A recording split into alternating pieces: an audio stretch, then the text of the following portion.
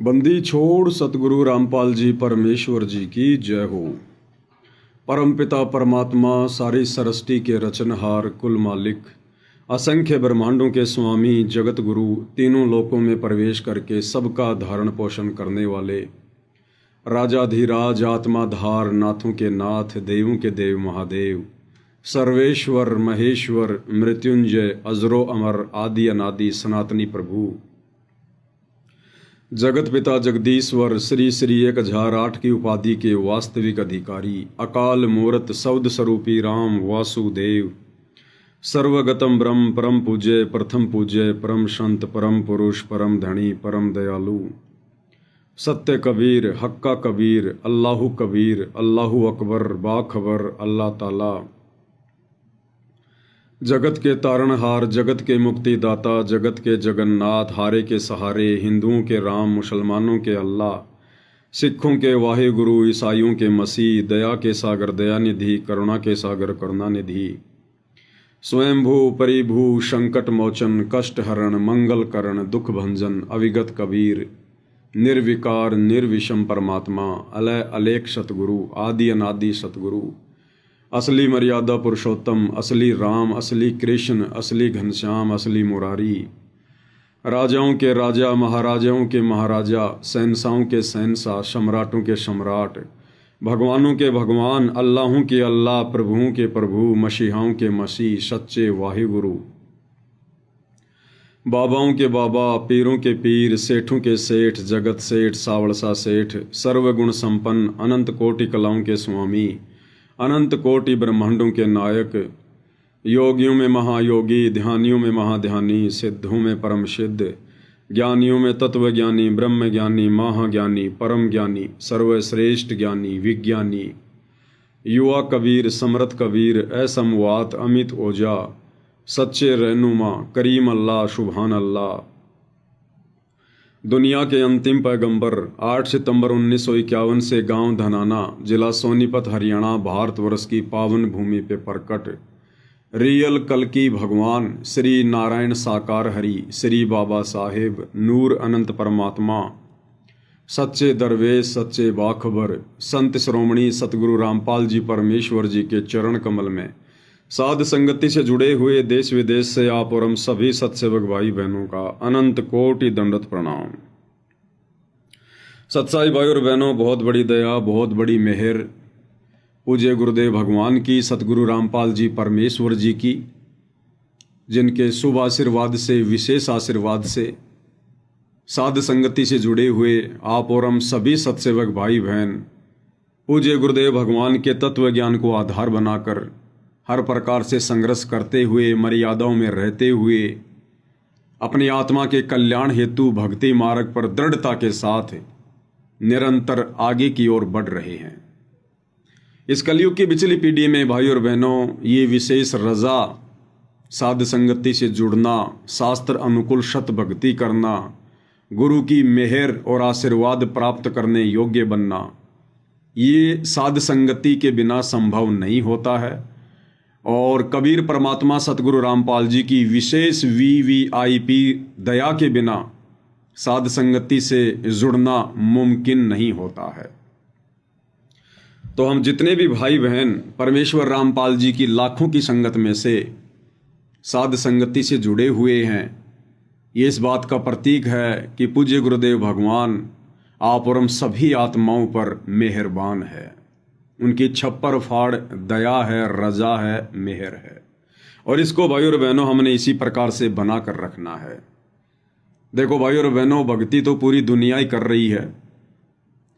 कोई व्यक्ति जिस भी पंथ में जुड़ा हुआ है, जिस भी संत के साथ जुड़ा हुआ है, या वैसे कोई मनमुखी साधना करता है, कोई मंदिर में चर्च में गुरुद्वारे में जाता है, तो भाई और बहनों वो अपनी साधना को श्रेष्ठ साधना मानकर ही कर रहे हैं। परमात्मा कहते हैं जिस दिन उनको ये पता चल जाएगा कि जो साधना तुम कर रहे हो वो अश्रेष्ठ है, उस दिन वो उसे त्याग देगा। एक कसाई भी तब तक ही जीव हत्या करता है जब तक उसे ये लगता है कि जो कर्म मैं कर रहा हूं वो श्रेष्ठ कर्म है, और जिस दिन उसे ज्ञान हो जाता है कि जो कर्म मैं कर रहा हूं ये तो बहुत घटिया कर्म है, उसके बाद उस हाथ से वो करद नहीं उठा सकता। तो भक्ति तो भाई और बहनों पूरी दुनिया ही कर रही है, लेकिन जो श्रेष्ठ भक्ति, सर्वश्रेष्ठ भक्ति परमेश्वर ने आप और हम आत्माओं को बख्शी है, साध संगति से जुड़ी हुई आत्माओं को, भाई और बहनों, इसके लिए हमारे पास में शब्द नहीं है जो हम पूज्य गुरुदेव भगवान का धन्यवाद कर सकें। ऐसी अनमोल रजा उन्होंने अपनी लाखों की संगत में से बख्शी है। तो भाई और बहनों, कल 8 सितंबर का दिन है और कल का ये दिन पूरे विश्व के लिए बहुत ही महत्वपूर्ण है, बहुत ही पाक और पवित्र दिन है, क्योंकि 8 सितंबर 1951 के दिन इस भारतवर्ष की पवित्र भूमि पर कलयुग की बिचली पीढ़ी में वो परम शक्ति, वो महापुरुष प्रकट हुए पूरी दुनिया के आत्म कल्याण के लिए। वो महापुरुष जिन्हें मुसलमान भाई अपना अल्लाह कहकर संबोधित करते हैं, 5 वक्त जिसकी प्राप्ति के लिए नमाज करते हैं, रोजे करते हैं, अन्य धार्मिक क्रियाएं करते हैं, वो भगवान जिसकी प्राप्ति के लिए, जिससे लाभ प्राप्त करने के लिए हिंदू भाई बड़े बड़े मंदिरों में जाते हैं, व्रत करते हैं, तीर्थों पे जाते हैं, वो मसीहा जो पूरे विश्व का उद्धार करेगा, ईसाई भाई जिसकी प्राप्ति के लिए चर्चों में जाते हैं, और वो वाहे गुरु जो सारे संसार का कल्याण करेगा, सबको ज्ञान देगा, वो जगत गुरु परमेश्वर रामपाल जी, वो महापुरुष है, ये स्वयंभू परमात्मा है, परिभू है, सारे जगत के उत्पत्ति करता हैं। ये परमेश्वर चारों युगों में आते हैं, अपनी लीला करते हैं। हम नादान आत्माएं अपनी अपनी साधनाओं को श्रेष्ठ मानकर, अपने अपने धर्मों को श्रेष्ठ मानकर काल प्रभाव से उन्हें पहचान नहीं पाते, उन्हें जान नहीं पाते और आत्म कल्याण का मौका चूक जाते हैं। लेकिन वर्तमान में जो समय उस कबीर भगवान सतगुरु रामपाल जी ने निर्धारित किया हुआ है पिछली पीढ़ी का, इस समय परमेश्वर सबको अपनी जानकारी करवाएंगे, सब तक ये जानकारी पहुंचाएंगे कि नादानो तुम किस भूल में बैठे हो। ये मनुष्य शरीर मोक्ष प्राप्ति के लिए मिलता है, लक 84 के कष्टों से दूर होने के लिए मिलता है। ये जन्म और मरण का जो दीर्घ लोग पूरे संसार को लगा हुआ है, इस रोग को कटवाने के लिए मिलता है। तो भाई और बहनों, ये परमेश्वर का पूर्व निर्धारित समय है। पूरे विश्व को परमात्मा ने भक्ति देनी है। उसके लिए 8 सितंबर 1951 को परमेश्वर रामपाल जी, जिनका वैदिक नाम कबीर देव, उपमात्मक नाम सत्य पुरुष, परम अक्षर ब्रह्म, 8 सितंबर 1951 के दिन भारतवर्ष की पवित्र भूमि पर शतलोक से चलकर गति करके सशरीर शिशु रूप में प्रकट हुए और 8 सितंबर 1951 से अपने आप को छुपाते हुए परमेश्वर लीला कर रहे हैं। वर्तमान में उनकी ये लीला हम चंद आत्माओं को समझ में आ रही है और आने वाले थोड़े समय में, क्योंकि अब ज़्यादा समय नहीं बचा है, 2028 युग परिवर्तन का निर्धारित समय है। तो 2028 के बाद पूरा विश्व इस परमेश्वर को जानेगा, इसको पहचानेगा और ये 8 सितंबर का पवित्र दिन पूरा विश्व मनाएगा। इसके अलावा पूरे संसार में और कोई दिन किसी भी महापुरुष की याद में नहीं मनाया जाएगा, क्योंकि पता चल जाएगा कि परमेश्वर रामपाल जी के अलावा सब जीव हैं, जीव संज्ञा में है सब।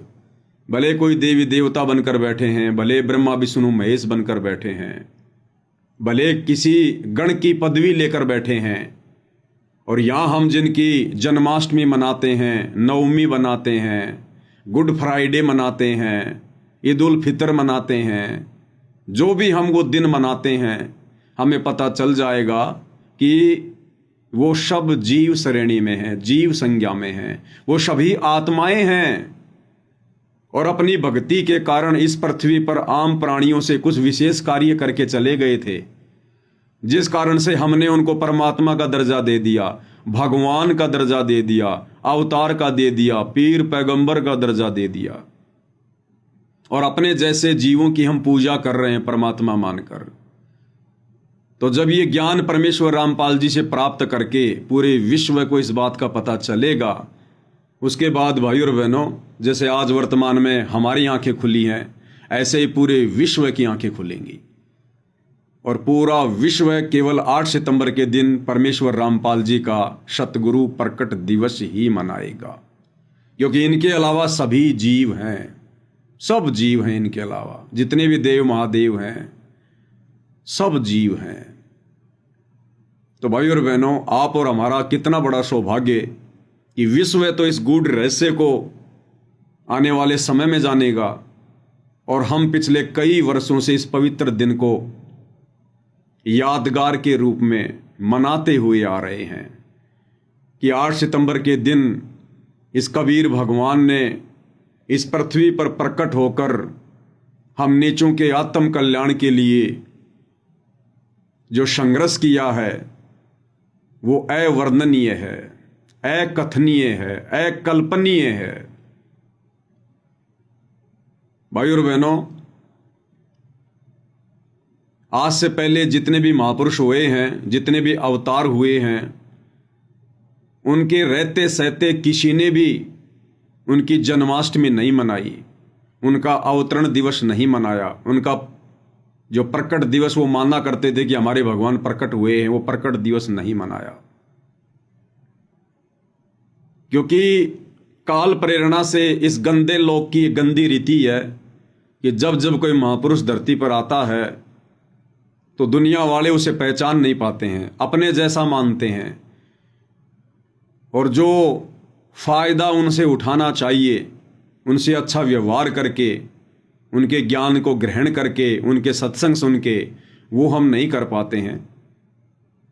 और उनके जाने के बाद, उनके शरीर छोड़ने के बाद, मुर्दा की श्रेणी में आने के बाद, फिर हम लोग उनकी मूर्तियां बना बना के, उनके चित्र बना बना के फिर वो दिन मनाएंगे कि इस दिन वो महापुरुष धरती पर आए थे, ये दिन उनका जन्मदिन है, ये उनकी जयंती है, ये उनकी नवमी है। लेकिन उसके बाद भाइयों और बहनों, क्या फायदा, हमें क्या मिलना उसके बाद? अरे वो महापुरुष तो चले गए जो जड़ी बूटी लेकर आए थे आप और हमें देने के लिए, लेकिन हम नादान उनको पहचान नहीं पाए। अब उनके चले जाने के बाद पीछे से गुण गाने से क्या फायदा? लेकिन वर्तमान में परमेश्वर रामपाल जी दुनिया की इस भूल को मिटाएंगे, और परमेश्वर रामपाल जी के जाने के बाद तो दुनिया 8 सितंबर को मनाएगी। उनके रहते सहते भी ये पूरी दुनिया इस पवित्र दिन को 2028 के बाद मनाना शुरू करेगी। तो भाइयों और बहनों, कल वो पवित्र दिन आ रहा है जिस दिन हमारे पूज्य गुरुदेव भगवान, सारी सृष्टि के मालिक, इस भारत देश की पवित्र भूमि पर आए, प्रकट हुए, जैसा कि उनके गुण में लिखा हुआ है कि परमात्मा प्रकट ही होते हैं। परमात्मा किसी माँ के गर्भ से जन्म नहीं लेते हैं, वे स्वयंभू हैं, परिभू हैं। तो कल आप और हम सब के लिए बहुत ही शुभ दिन है। शुभ दिन का मतलब परमेश्वर हमारे आत्म कल्याण के लिए आए। इस पवित्र भूमि को परमेश्वर ने और अधिक पाक और पवित्र बना दिया अपने चरण कमल रखकर, और उन्होंने हमें अपने समकालीन जन्म दिया ताकि हम उनसे भक्ति लेकर अपना आत्म कल्याण करवा सकें। इसलिए कल का दिन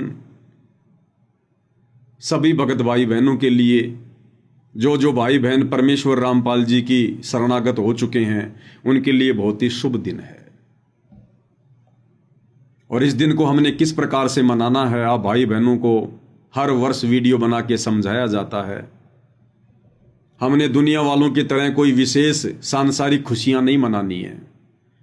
हमने कोई गाने वाने नहीं बजाने, डीजे वाजे नहीं बजाने, दुनिया भर का फालतू का डेकोरेशन, फूल वाल हमने ये नहीं लगाने हैं, गुब्बारे वगैरह नहीं लगाने हैं, कोई आडंबर विशेष नहीं करना है, कोई पाखंड नहीं करना है, कोई दिखावा नहीं करना है। 8 सितंबर के दिन हमने सर्वप्रथम गीता जी अध्याय 3 श्लोक नंबर 13 के अनुसार परमपिता परमेश्वर स्वयंभू परिभू रामपाल जी भगवान को भोग लगाना है। और भोग की जो प्रक्रिया है, दास निवेदन करेगा सभी भाई बहन या तो 10 बजे से पहले या फिर 11 बजे से पहले पहले जरूर लगाएं। अगर हम 10 बजे शुरू करेंगे तो 1 घंटे में परमेश्वर जी को आसानी से भोग लगेगा, क्योंकि लगभग 45 मिनट के आसपास भोग की आरती है। फिर भोग की आरती के बाद हम पूज्य गुरुदेव भगवान की आरती भी उतारते हैं 5 दीपक वाली थाली के साथ में, उनकी स्तुति करते हुए। और फिर एक आध को शब्द भी परमेश्वर का हम गाएंगे उनकी महिमा में, उनके चरणों में बैठकर सभी भाई बहन सहपरिवार। और इससे पहले दास निवेदन करेगा कि परमेश्वर जी को भोग लगाने से पहले हम सभी भगत भाई बहन थोड़ा जल्दी उठकर, और जिन जिन भगत भाई बहनों को परमेश्वर ने सुमरण दिया हुआ है, नाम दीक्षा दी हुई है, वो भाई बहन कम से कम 1 घंटा तो परमपिता परमेश्वर जी के उस नाम का सुमरण अवश्य करें। क्योंकि फिर बाद में इतना समय मिले ना मिले, क्योंकि भाई बहन भोग लगाएंगे फिर परमात्मा की महिमा में लग जाएंगे। फिर दिल में वैसे भाई बहन कोई आधा घंटा के लिए, कोई 1 घंटे के लिए परमेश्वर की महिमा को प्रकट करने के लिए किसी भी पॉइंट को लेकर लाइव आएंगे, तो बाद में हमें इतना समय मिले ना मिले। इसलिए यदि हम सुबह सुबह जो मंत्र करने की जो प्रक्रिया है, जो गुरुदेव ने हमें बता रखी है, यदि हम 1 घंटा या 1.5 घंटा सतनाम का या प्रथम नाम का यदि हम परमेश्वर जी का सुमरण कर लेंगे तो फिर हम आगे के समय के लिए निश्चिंत हो जाएंगे। हमारे मन में विशेष वो चीज़ फिर बार बार नहीं आएगी कि भाई सुमरण करना है, सुमरण करना है, सुमरण करना है।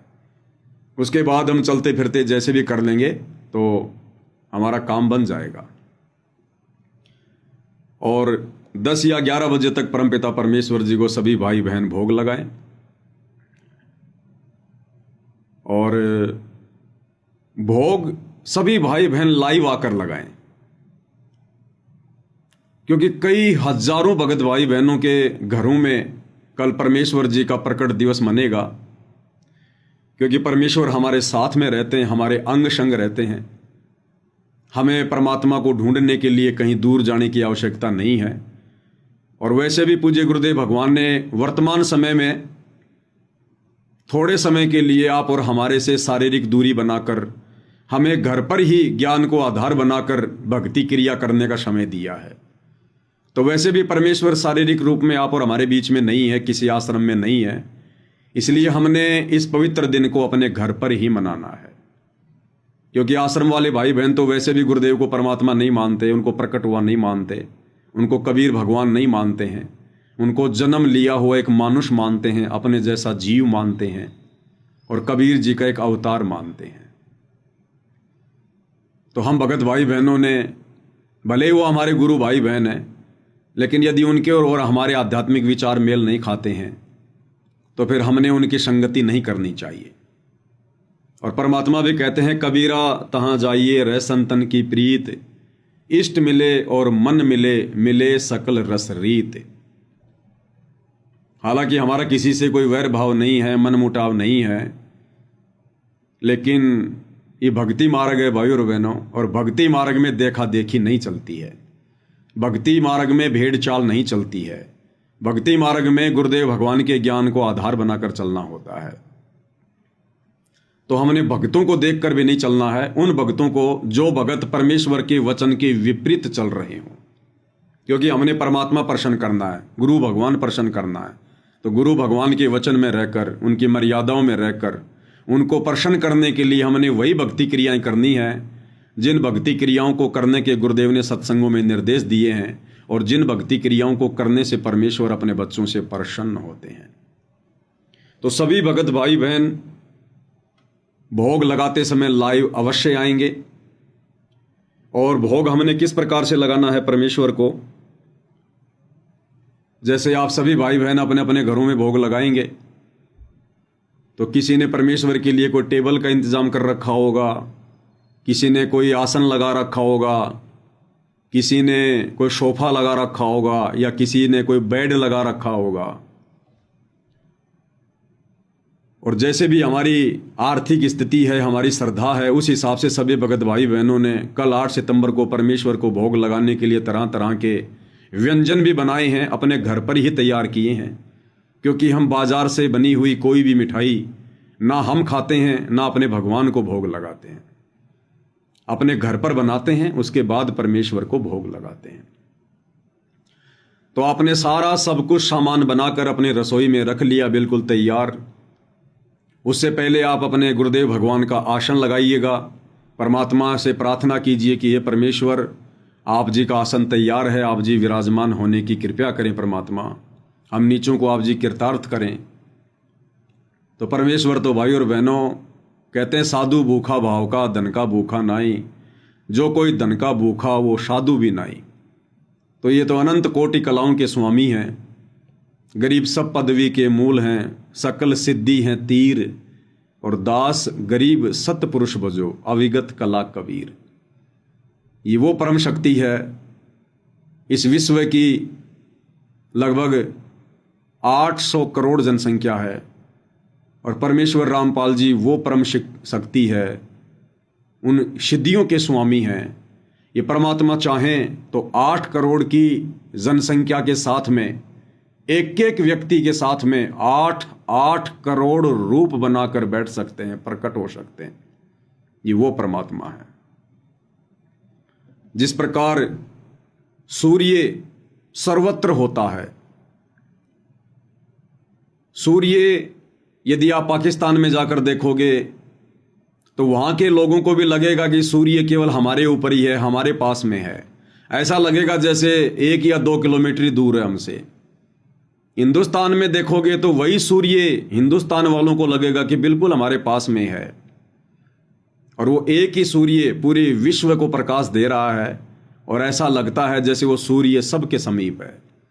इसी प्रकार ये परमात्मा परमेश्वर रामपाल जी, ये अपनी सभी आत्माओं के साथ में रहते हैं, और इनकी शक्ति तो सृष्टि के कण कण में है।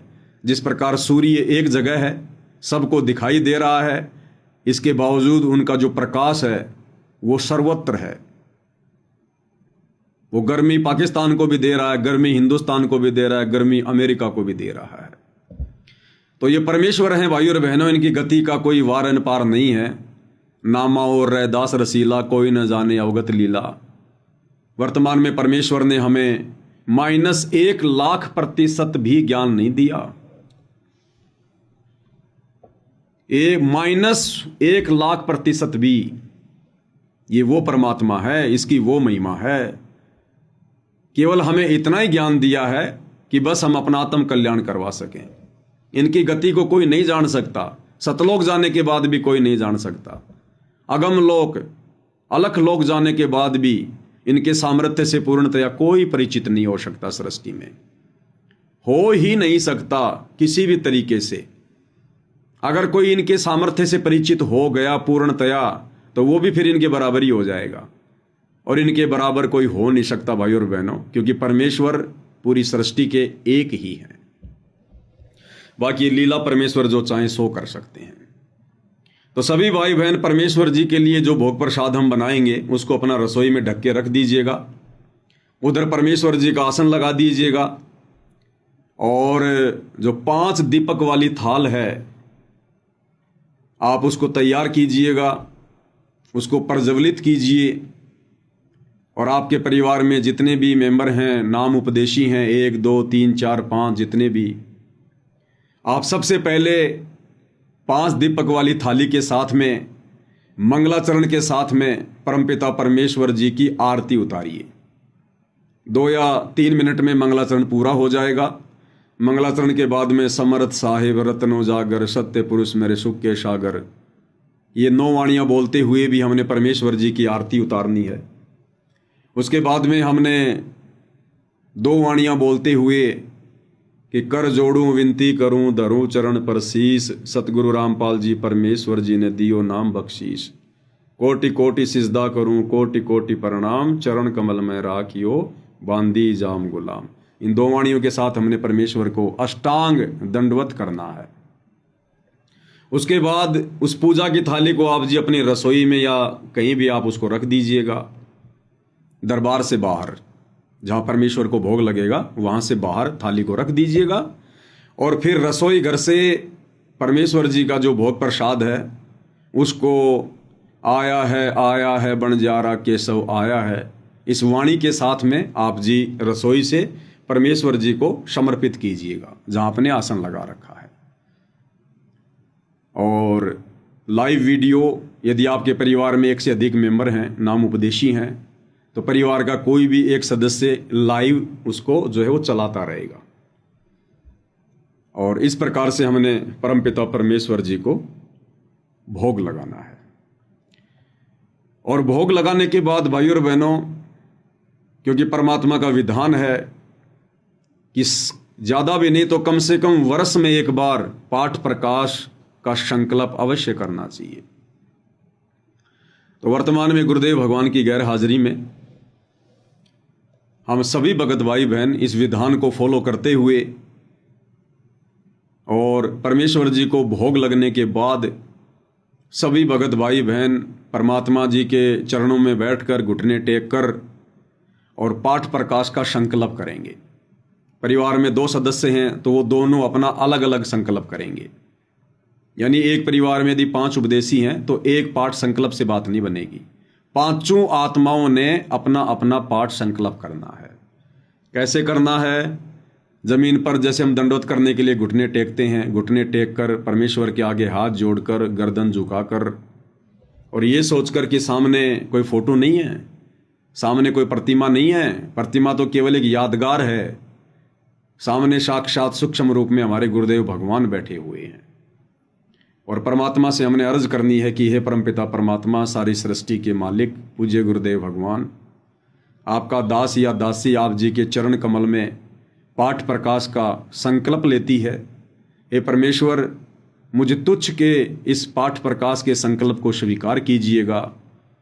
हे गुरुदेव भगवान, जब आप अपनी लीला समाप्त करके आश्रम में आ जाएंगे या जहाँ भी आएंगे, उस समय परमेश्वर पाठ प्रकाश की जो भी राशि आप जी कहेंगे वो आपके कर कमल में समर्पित कर दी जाएगी। हे परमेश्वर, आप सदा हमारे साथ रहिएगा। हे परमात्मा, इस दास या दासी को भगत बनाने की दिशा में निरंतर आगे बढ़ाइएगा। तो इस प्रकार से सभी ने पाठ प्रकाश का संकल्प करना है। और उसके बाद में जैसे भी आप परमात्मा की महिमा करना चाहिए, उस लाइव को काटकर, क्योंकि एक लाइव तो केवल हमारा भोग तक ही समर्पित रहेगा, केवल भोग तक। जैसे ही भोग लग गया, भोग के बाद परमात्मा की हमने आरती उतार दी तो वो लाइव हम समाप्त कर देंगे। फिर जब हम पाठ प्रकाश का संकल्प करेंगे उस समय भी सभी भगत भाई बहन लाइव आएंगे। यानी परिवार का एक सदस्य लाइव चलाएगा, बाकी भाई बहन पाठ प्रकाश का संकल्प करेंगे। तो मुश्किल से 3-4 मिनट की ये प्रोसीजर है। उसके बाद उस लाइव को समाप्त कर दें और जो भाई लाइव बना रहा था फिर वो भी अपना अलग से परमात्मा को पाठ का संकल्प कर लेगा। उसके बाद में फिर तीसरी बार लाइव आएंगे। तीसरी बार में सभी भगत भाई बहन बैठकर, और विशेषकर सत्सेवक भाई बहनों के घरों में तो सतगुरु महिमा की पुस्तक पहुंची गई है। तो परमात्मा के 1 या 2 शब्द जो भी आपको अच्छे लगें, प्यारे लगें, जिनको आसानी से आप जी परमेश्वर जी के चरणों में समर्पित कर सकते हैं अपनी आत्मा के कल्याण के लिए, तो 1 या 2 शब्द भाई बहन बैठकर अवश्य सतगुरु की महिमा में गाएं। और यदि आपके परिवार के जो अन्य सदस्य हैं, जो अनुपदेशी हैं, जिन्होंने ना नाम दीक्षा ली है ना कोई संकल्प लिया है, यदि वो परमेश्वर जी की भोग आरती में प्रकट दिवस में शामिल होना चाहते हैं, वो भी यदि परमात्मा की आरती उतारना चाहते हैं, तो भाई और बहनों, उनसे आप एक प्रार्थना ज़रूर करें कि भाई अगर नहाए नहीं तो कम से कम हाथ मुंह तो ज़रूर धो लो, कपड़े वगैरह ज़रूर चेंज कर लो, और आभूषण नहीं होना चाहिए भाई और बहनों। किसी भी प्रकार का कोई भी गहना, कोई भी आभूषण, ना सोने का, ना चांदी का, ना प्लास्टिक का, ना नकली, कुछ नहीं। अगर वे आरती में शामिल होना चाहते हैं तो ये कंडीशन रहेगी, अन्यथा भाई और बहनों एक बहुत ही गलत संदेश आ जाएगा, बहुत ही गलत संदेश जाएगा। तो उनसे गहने वगैरह ज़रूर उतरवा दें कि भाई आप बाद में चाहे अपने पहन लेना, हमें कोई ऑब्जेक्शन नहीं है, लेकिन परमेश्वर की आरती में यदि आपको शामिल होना है तो आपने गहने अपने उतारने पड़ेंगे सारे। जरा सा शरीर पर छोटा सा भी कोई सोने चांदी का नहीं होना चाहिए कहीं भी। और उसके बाद आप उनको भोग प्रसाद दे दीजिएगा, भंडारा कीजिएगा, कोई दिक्कत नहीं है। तो ये एक छोटी सी प्रोसीजर है जो सभी भगत भाई बहनों ने फॉलो करनी है। और जिन जिन भगत भाई बहनों के घर पर सतगुरु प्रकट दिवस मनाने की पर्याप्त व्यवस्था नहीं है, परिवार वाले ज़्यादा ही विरोध करते हैं, तो ऐसे भगत भाई बहन अपने आसपास के किसी अन्य भगत भाई बहन के यहाँ पर, जिनके विचार मेल खाते हैं, जिनके संपर्क हैं और जिनके वहाँ जाने से उनको भी कोई दिक्कत ना हो, तो ऐसे सत्सेवक भगत भाई बहनों के घरों पर वो पहले से बातचीत करके जा सकते हैं, वहाँ साथ मिलकर परमेश्वर को भोग लगा सकते हैं, उनकी महिमा कर सकते हैं। और फिर कल का सारा दिन हमने इसी प्रकार से, यानी परमेश्वर की महिमा में ही हमने व्यतीत करना है। भोग लगने के बाद फिर हम परमेश्वर के कोई शब्द वगैरह गा लें, या फिर उसके बाद जो भी अपना कार्य वगैरह है वो हम कर सकते हैं। हमारा काम 12-1 बजे तक कंप्लीट हो जाएगा। फिर भगत भाई बहन लाइव आ सकते हैं दिन में, परमात्मा के किसी भी सत्संग को लेकर, अन्य किसी पॉइंट को लेकर भाई बहनों को समझाने के लिए लाइव आ सकते हैं। तो कल की भाई और बहनों हमारी एक छोटी सी प्रोसीजर रहेगी परमपिता परमेश्वर को प्रसन्न करने की। और दूसरी बात, यदि अभी तक आप जी पूर्णतया मर्यादाओं में नहीं आ पा रहे हैं, छोटी मोटी मर्यादाओं में त्रुटि हो रही है, आप तो चाहते हैं रहना लेकिन कोई मजबूरी या कोई दबाव, कोई प्रेशर, तो हृदय से भाई और बहनों हमने परमपिता परमेश्वर जी से प्रार्थना करनी है कशक के साथ में। देखो ये आत्मा का साथी है, अगर हम फॉर्मेलिटी के लिए करेंगे तो इनसे छुपा नहीं सकते, हम कुछ भी नहीं छुपा सकते। तो परमेश्वर से हृदय से प्रार्थना करें, रो रो के प्रार्थना करें, तड़प के साथ प्रार्थना करें। और आत्मा यदि हृदय से पुकारेगी तो परमेश्वर उसकी पुकार को जरूर सुनते हैं। फिर परमेश्वर एक अच्छा माहौल, भक्तिमय माहौल आपके घर में भी बनाएगा परमात्मा, क्योंकि समर्थ है, कुछ भी कर सकता है, इनके हाथ में है, इनसे बढ़कर फिर और कोई नहीं है। और हमने इसी परमपिता परमेश्वर, कबीर देव, सतगुरु रामपाल जी का चिंतन, मनन, ध्यान, सब कुछ इन्हीं का, क्योंकि इनके अलावा भाई और बहनों फिर कुछ है ही नहीं। और हमें ये मनुष्य जन्म भी इन्हीं की प्राप्ति के लिए मिला है। इन्हीं की प्राप्ति का मतलब, इन्होंने हमें जो सत भक्ति दी है, जो मर्यादा दी है, उसको भली भांति निभाकर और आजीवन इनकी भक्ति करके, इनको प्रसन्न करके हमने इनके निज लोक सतलोक को प्राप्त करना है। तो जब हम सतलोक चले जाएंगे तब ये कहा जाएगा कि हमने परमात्मा प्राप्त कर लिया। अन्यथा परमात्मा तो हमें पता ही है कि पूज्य गुरुदेव भगवान, इनके अलावा कोई और है ही नहीं, तो वो तो हमें प्राप्त हो ही चुके हैं। तो भगवान प्राप्त हो गए तो क्या भक्ति छोड़ दें कि लो जी भगवान तो प्राप्त हो गए? तो ऐसे भगवान की प्राप्ति नहीं मानी जाती। जब हम इनकी भक्ति सफल करके सतलोक चले जाएंगे, उसको कहते हैं परमात्मा प्राप्ति, भगवान की प्राप्ति, मोक्ष की प्राप्ति।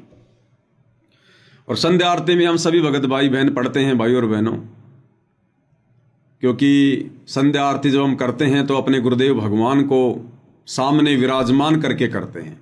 हमारा ध्यान हमारे गुरुदेव भगवान में रहता है, उनके चरणों में रहता है, उनकी स्तुति में, उनकी महिमा में रहता है। और संध्या आरती में हम क्या कहते हैं? तुमरा ही ज्ञाना तुमरा ही ध्याना, तुमरा ही ज्ञाना तुमरा ही ध्याना, तुमरे तारण की परतीत सतगुरु तारेंगे, तारेंगे तारेंगे तहतीक सतगुरु तारेंगे। हम अपने गुरुदेव भगवान को क्या कह रहे हैं कि तुमरा ही ज्ञाना, ये परमेश्वर तुम्हारा ही ज्ञान जो हमारी आत्मा का कल्याण करेगा, यानी आपके द्वारा दी गई भक्ति करेंगे, इसके अलावा कुछ नहीं करेंगे। ज्ञान यानी भक्ति। और तुमरा ही ध्याना, और परमेश्वर हम केवल आपका ही ध्यान रखेंगे, केवल आपका ही चिंतन मनन करेंगे। हमारे ध्यान में, हमारे चिंतन मनन में, हमारी सोच में, हमारे विचारों में, हमारे शौपन में, हमारी बातों में, हमारी चर्चाओं में ये परमेश्वर आप ही रहोगे। आपके अलावा दूसरा ना कोई परमात्मा है और ना हमें कोई स्वीकार्य है। तो तुमरा ही ज्ञाना और तुमरा ही ध्याना, और तुमरे तारण की प्रतीत सतगुरु तारेंगे।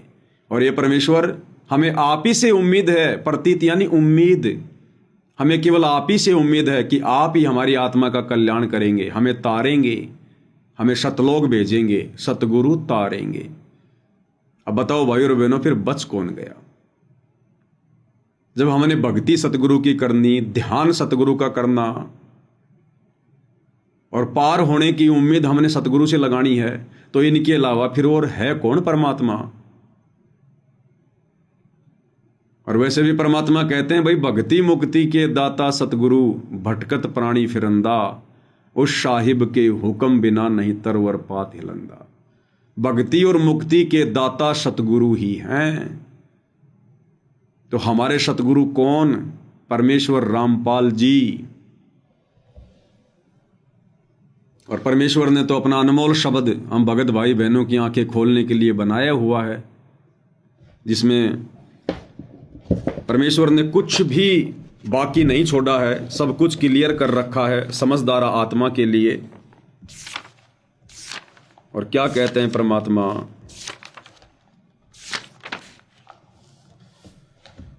गुरु समान नहीं दाता रे जग में, गुरु समान नहीं दाता, गुरु समान नहीं दाता रे जग में, गुरु समान नहीं दाता।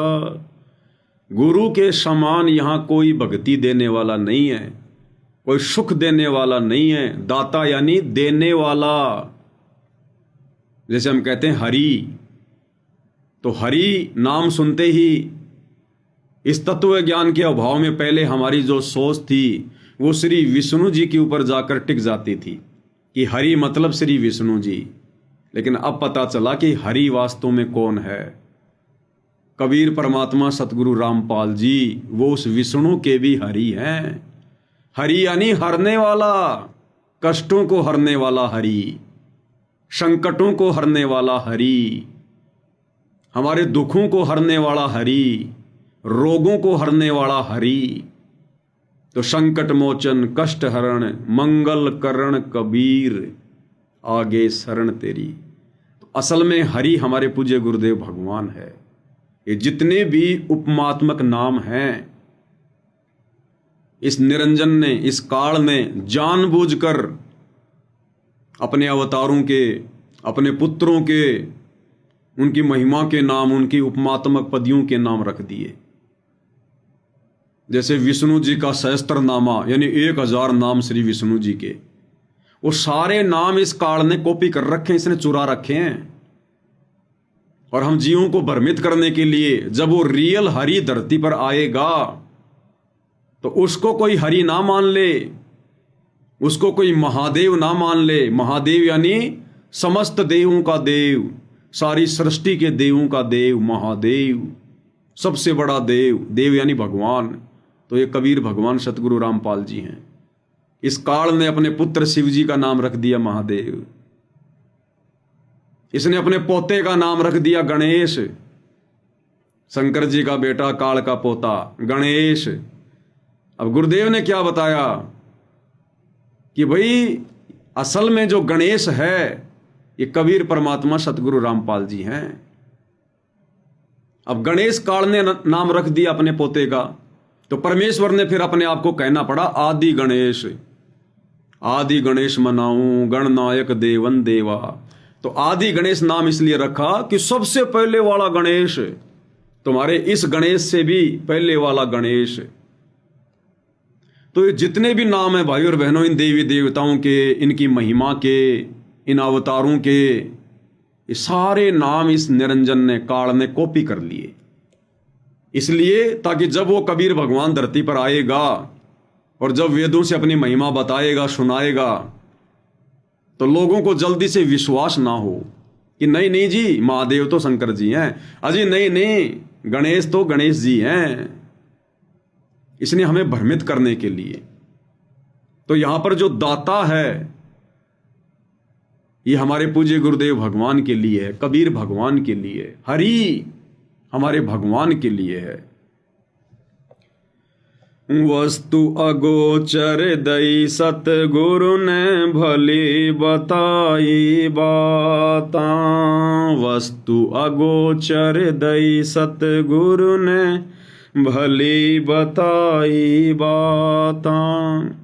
काम क्रोध कैद कर डारे लोभ के घाली ना था। गुरु समान नहीं दाता रे जग में, गुरु समान नहीं दाता। गुरु समान नहीं दाता रे जग में, गुरु समान नहीं दाता। काल करे सो हाल ही कर ले, फेर मिले ना साथा। काल करे सो हाल ही कर ले, फेर मिले ना साथा। 84 में जाए पड़ोगे, भुगतोगे दिन राता। गुरु समान नहीं दातार जग में, गुरु समान नहीं दाता। गुरु समान नहीं दातार जग में, गुरु समान नहीं दाता। यानी गुरु के समान कोई दाता है ही नहीं। दाता एक राम, भिखारी सारी दुनिया। दाता यानी कबीर, परमात्मा, परमेश्वर, परम अक्षर ब्रह्म, सत्य पुरुष, इनके अलावा और कोई भगवान नहीं है। शब्द पुकार पुकार कहते हैं, कर लो संतन साथा। शब्द पुकार पुकार कहते हैं, कर लो संतन साथा। सेवा बंदगी करो सतगुरु की, काल नवावे माथा। गुरु समान नहीं दातार जग में, गुरु समान नहीं। गुरु समान नहीं दातार जग में, गुरु समान नहीं। कहें कबीर सुनो भाई धर्मन, सकल कर्म कोटि जाता। कहें कबीर सुनो भाई धर्मन, सकल कर्म कोटि जाता। पर्दा खोल मिलो सतगुरु से, पहुँचो लोक सुना था। गुरु समान नहीं दातार जग में, गुरु समान नहीं दाता। गुरु समान नहीं दातार जग में, गुरु समान नहीं। तो गुरु के अलावा भाई और बहनों कोई दाता नहीं है, कोई भगवान नहीं है। ये दुनिया तो वैसे ही काल के द्वारा भेजे गए दाताओं के चक्कर में फंसी पड़ी है।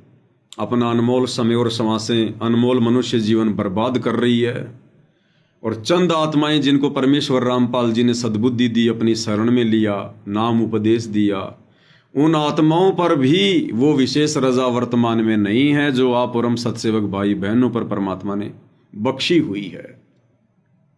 गुरु की परमात्मा के रूप में पहचान करना, गुरु को परमात्मा मान लेना, ये भाइयों और बहनों संसार का सबसे कठिन काम है, सृष्टि का सबसे कठिन काम है। एक सत्संग में पूज्य गुरुदेव भगवान ने बताया कि कबीर को भगवान मानना, कौन कबीर? काशी वाला कबीर,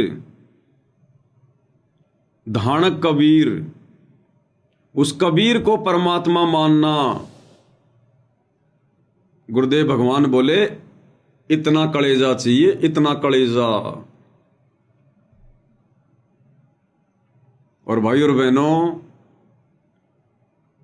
सतगुरु रामपाल जी को कबीर मानना हृदय से, आत्मा से, इतना कलेजा चाहिए भाइयों और बहनों, इतना।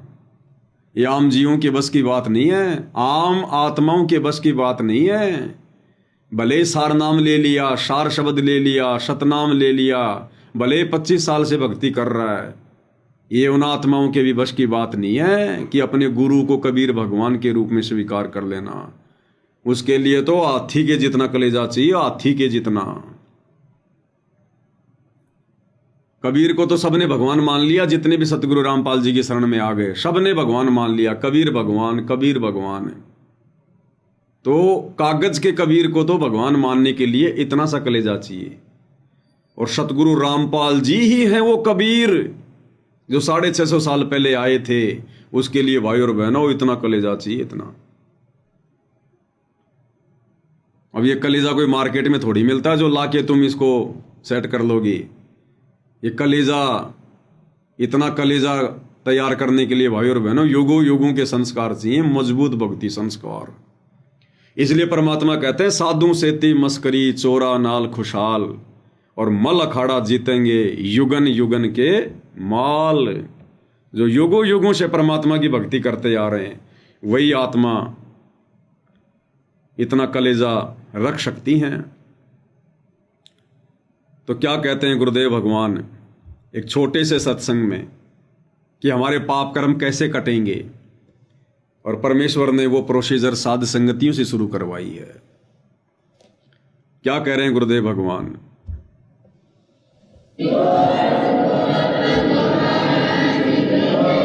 ये क्या बता रहे हैं? यज्ञ से बचे हुए अन्न को खाने वाले श्रेष्ठ पुरुष संत, संत यानी अच्छी आत्मा, तो सब पापों से मुक्त हो जाते हैं। हम सबसे पहले परमात्मा का भोग निकालते हैं, भोजन का भी, हलवे का प्रसाद बनकर आता वो भी, उसको भगवान के भोग लगाकर फिर शेष अन्न को वितरित किया जाता है। तो जिसके सिर पर, तो क्या करें गुरुदेव भगवान कि यज्ञ से बचे हुए अन्न को खाने से हमारे पाप कर्म कटते हैं, पाप कर्म। और गुरुदेव कह रहे हैं सबसे पहले हम भगवान को भोग लगाते हैं, उसके बाद फिर प्रसाद वितरित किया जाता है, हलवा प्रसाद भंडारा।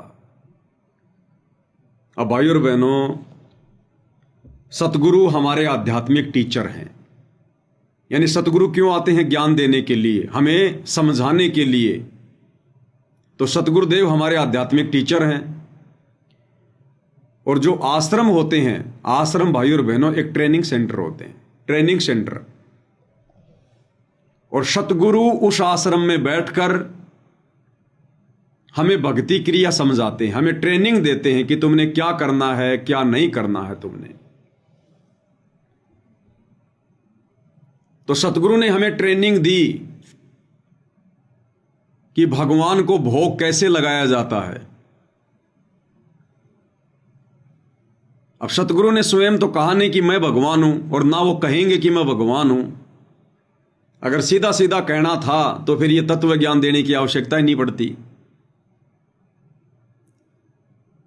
तो 90% आत्माओं ने जो आश्रमों में बैठकर ट्रेनिंग ले रहे थे, उन्होंने सतगुरु की उस प्रक्रिया को कॉपी कर लिया, बुद्धि विवेक का इस्तेमाल नहीं किया जो करना चाहिए था। तो सतगुरु ने अपने आप को छुपाकर और गूगल से उठाई गई एक फोटो, जिसको दुनिया कहती है संत कबीर दास, वो दाढ़ी मूंछ वाली फोटो, उस फोटो को उठाकर गुरुदेव ने सामने रख दिया और कहा कि बच्चों ये कबीर भगवान है। और गीता जी अध्याय 3 श्लोक 13 के अनुसार हमने कबीर भगवान को भोग लगाकर ही अन्न जल ग्रहण करना चाहिए। भगवान को भोग लगने से फिर यह प्रसाद बन जाता है, इससे हमारे पाप कर्म नाश होते हैं। और जब जब समागम होता था और गुरुदेव भगवान हमें ट्रेनिंग दिया करते थे, तो 90% आत्माओं ने बुद्धि विवेक का इस्तेमाल ना करके और सतगुरु की बातों को ज्यों का त्यों कॉपी कर लिया और मान लिया कि ये कागज की फोटो ही कबीर है, ये कागज का टुकड़ा ही कबीर है, ये दाढ़ी मूछ वाली फोटो ही कबीर है। और उसी को कबीर मानकर सतगुरु से ट्रेनिंग लेकर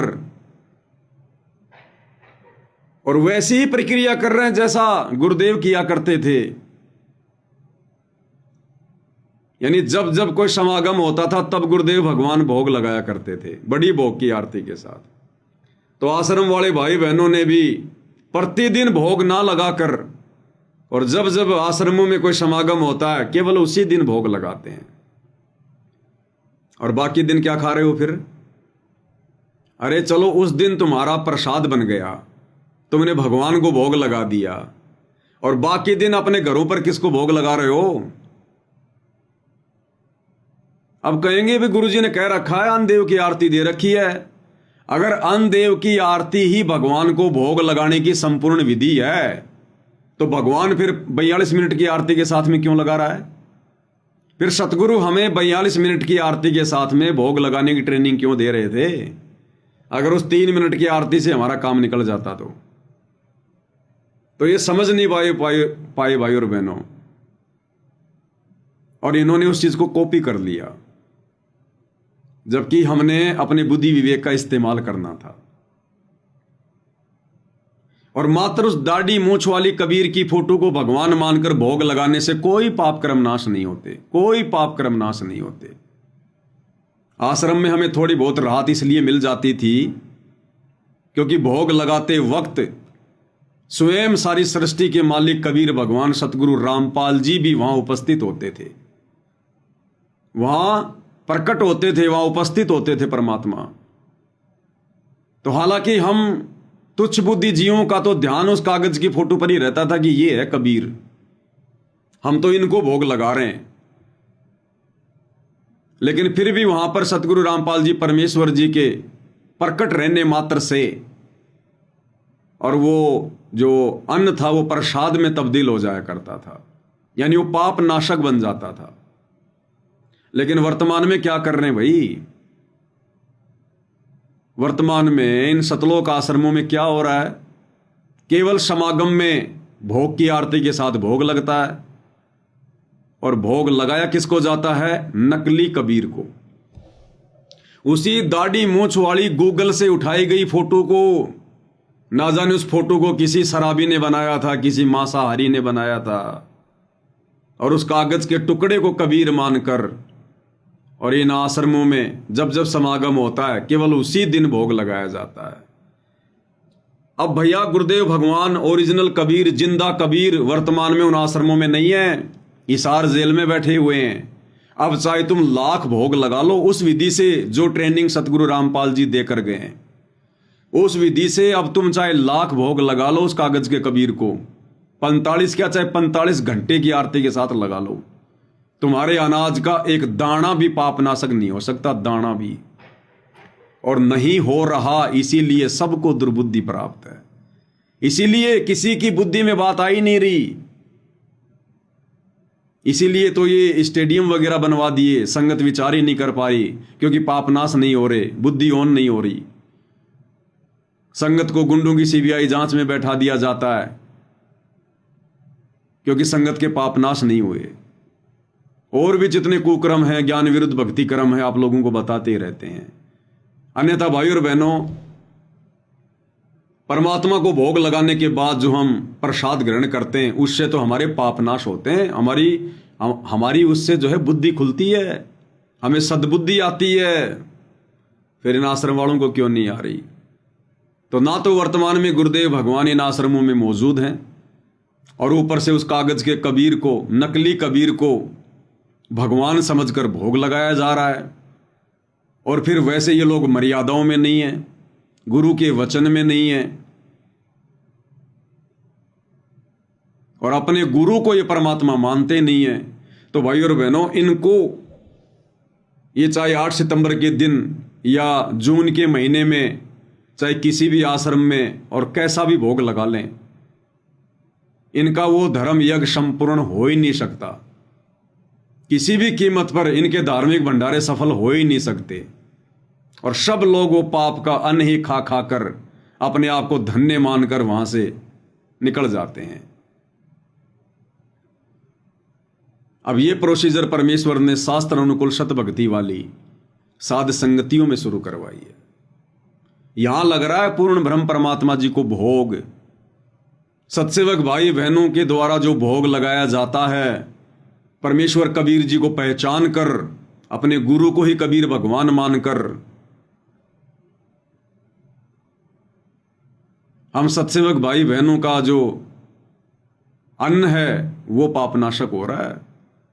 हमारे पाप कर्म कट रहे हैं तेजी से, इसलिए हमें सद्बुद्धि आ रही है, सोचने समझने की परमेश्वर ने तर्क शक्ति दे रखी है, हम चिंतन मनन करते हैं, क्योंकि हम परमेश्वर जी की विधि अनुसार सारे कार्य कर रहे हैं, और कोई मर्यादा नहीं तोड़ते, गुरु को नाराज करने का मौका नहीं देते।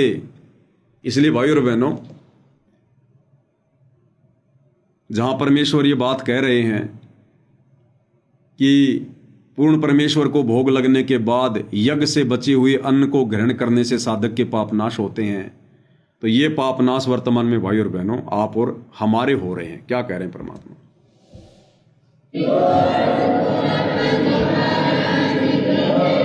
ये क्या बता रहे हैं? यज्ञ से बचे हुए अन्न को खाने वाले श्रेष्ठ पुरुष संत यानी अच्छी आत्मा तो सब पापों से मुक्त हो जाते हैं। हम सबसे पहले परमात्मा का भोग निकालते हैं, भोजन का भी, हलवे का प्रसाद बनकर आता वो भी, उसको भगवान के भोग लगाकर फिर शेष अन्न को वितरित किया जाता है।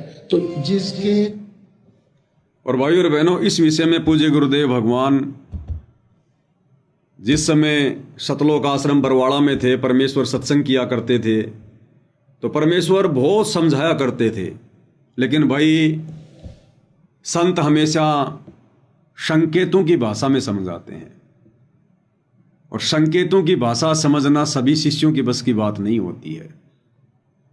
उस समय तक हम भी नहीं समझ पा रहे थे। 2014 बरवाला कांड के बाद में भगवान ने हमारी बुद्धि ओन की और हमें सामने खड़े भगवान दिखाई देने लगे, परमात्मा दिखाई देने लगे।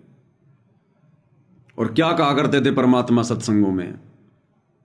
गुरुदेव कहते थे कि बच्चों, वो परमात्मा अब मिला है आपको सतलोक आश्रम बरवाला में, वो परमात्मा अब मिला है आपको सतलोक आश्रम बरवाला में। कौन? कबीर परमात्मा। भाई कबीर परमात्मा तो नकली कबीर पंथियों के आश्रम में भी है। अरे वो कागज की फोटो दाढ़ी मूंछ वाली गूगल से उठाई हुई, जिस समय सतगुरु रामपाल जी ने अपना यह पंथ शुरू नहीं किया था, उस समय से सैकड़ों वर्ष पहले जितने भी नकली कबीर पंथ हैं, उन सभी कबीर पंथियों के पास में वो कबीर जी की फोटो है। भाई बरवाड़ा आश्रम में कौन सा कबीर जी दाढ़ी मूंछ वाला बैठा था जो गुरुदेव ये कह रहे कि बच्चों अब मिला है आपको वो परमात्मा सतलोक आश्रम बरवाड़ा में? तो इसका मतलब वो दाढ़ी मूंछ वाली फोटो कबीर नहीं है, अन्यथा वो फोटो तो करोड़ों लोगों के घरों में है, सैकड़ों कबीर पंथियों के आश्रम में दीवारों से लटक रही है। लेकिन गुरुदेव कहते हैं अब मिला है आपको वो परमात्मा सतलोक आश्रम बरवाड़ा में। तो सतलोक आश्रम बरवाड़ा में कौन है फिर वो परमात्मा? अब ये नहीं कहेंगे कि बच्चों मैं हूं वो परमात्मा। तो संत संकेत ही किया करते हैं भाई और बहनों। क्या कह रहे हैं गुरुदेव? अब हम क्या करते हैं, जो दुखी आते हैं वो तो किसी के कहने सुनने से दुख आता है, जो ये सोचकर आता है कि चल देख लेते हैं वहां भी, उसको यहाँ राहत नहीं मिलेगी। या तो वो व्यक्ति आवे सब जगह पे थक ले और जब उसकी कति आशा टूट ली हो कि कितना ठिकाना नहीं, उसकी सुनाई यहां तुरंत होगी, क्योंकि उसका भाव ये रहेगा कि मैंने सारा देख लिया, कहीं ठिकाना नहीं है। और फिर यहां हृदय से रो के पुकार करेगा, रोज नया सुख होगा उसकी आत्मा में, रोज नया, चाहे कैसी बीमारी हो, कैसी ही टेंशन हो। परमात्मा किसे कहते हैं? परमात्मा की खोज क्यों करते थे? राजा लोग भी ढूंढा करते, भगवान मिल जाए और सुख हो मुझे। अब सुनो, वो ऐसे करता ही करता है। तो वो परमात्मा ई मिला है आपने इस सतलोक आश्रम वाला, जिला हिसार, हरियाणा में। तो क्या कह रहे हैं गुरुदेव कि वो परमात्मा इब मिला है आपने सतलोक आश्रम बरवाड़ा, जिला हिसार, हरियाणा में। तो सतलोक आश्रम बरवाड़ा, जिला हिसार, हरियाणा में तो हमारे पूज्य गुरुदेव भगवान बैठे हैं, परमेश्वर रामपाल जी। तो ये हैं वो परमात्मा। वो कागज की फोटो, दाढ़ी मूंछ वाली वो परमात्मा नहीं है।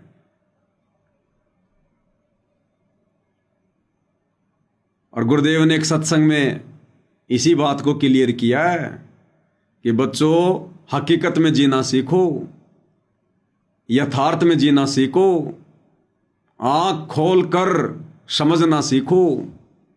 और परमेश्वर ने आम का उदाहरण देकर,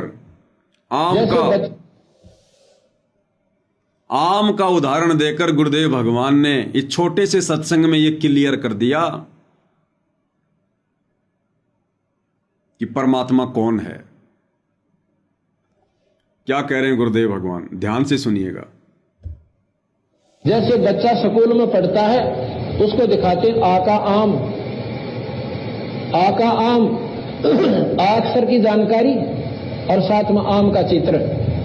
अब बच्चा उसने बार बार देखा और फिर आम खाना चाहे, क्योंकि आम के गुण का ज्ञान बहुत मीठा होता है, फलों का राजा होता है, शरबत से भी मीठा होता है। तो खाने की इच्छा वो चाहे तो कैदा खोल के बैठ जावे, आम खाऊंगा।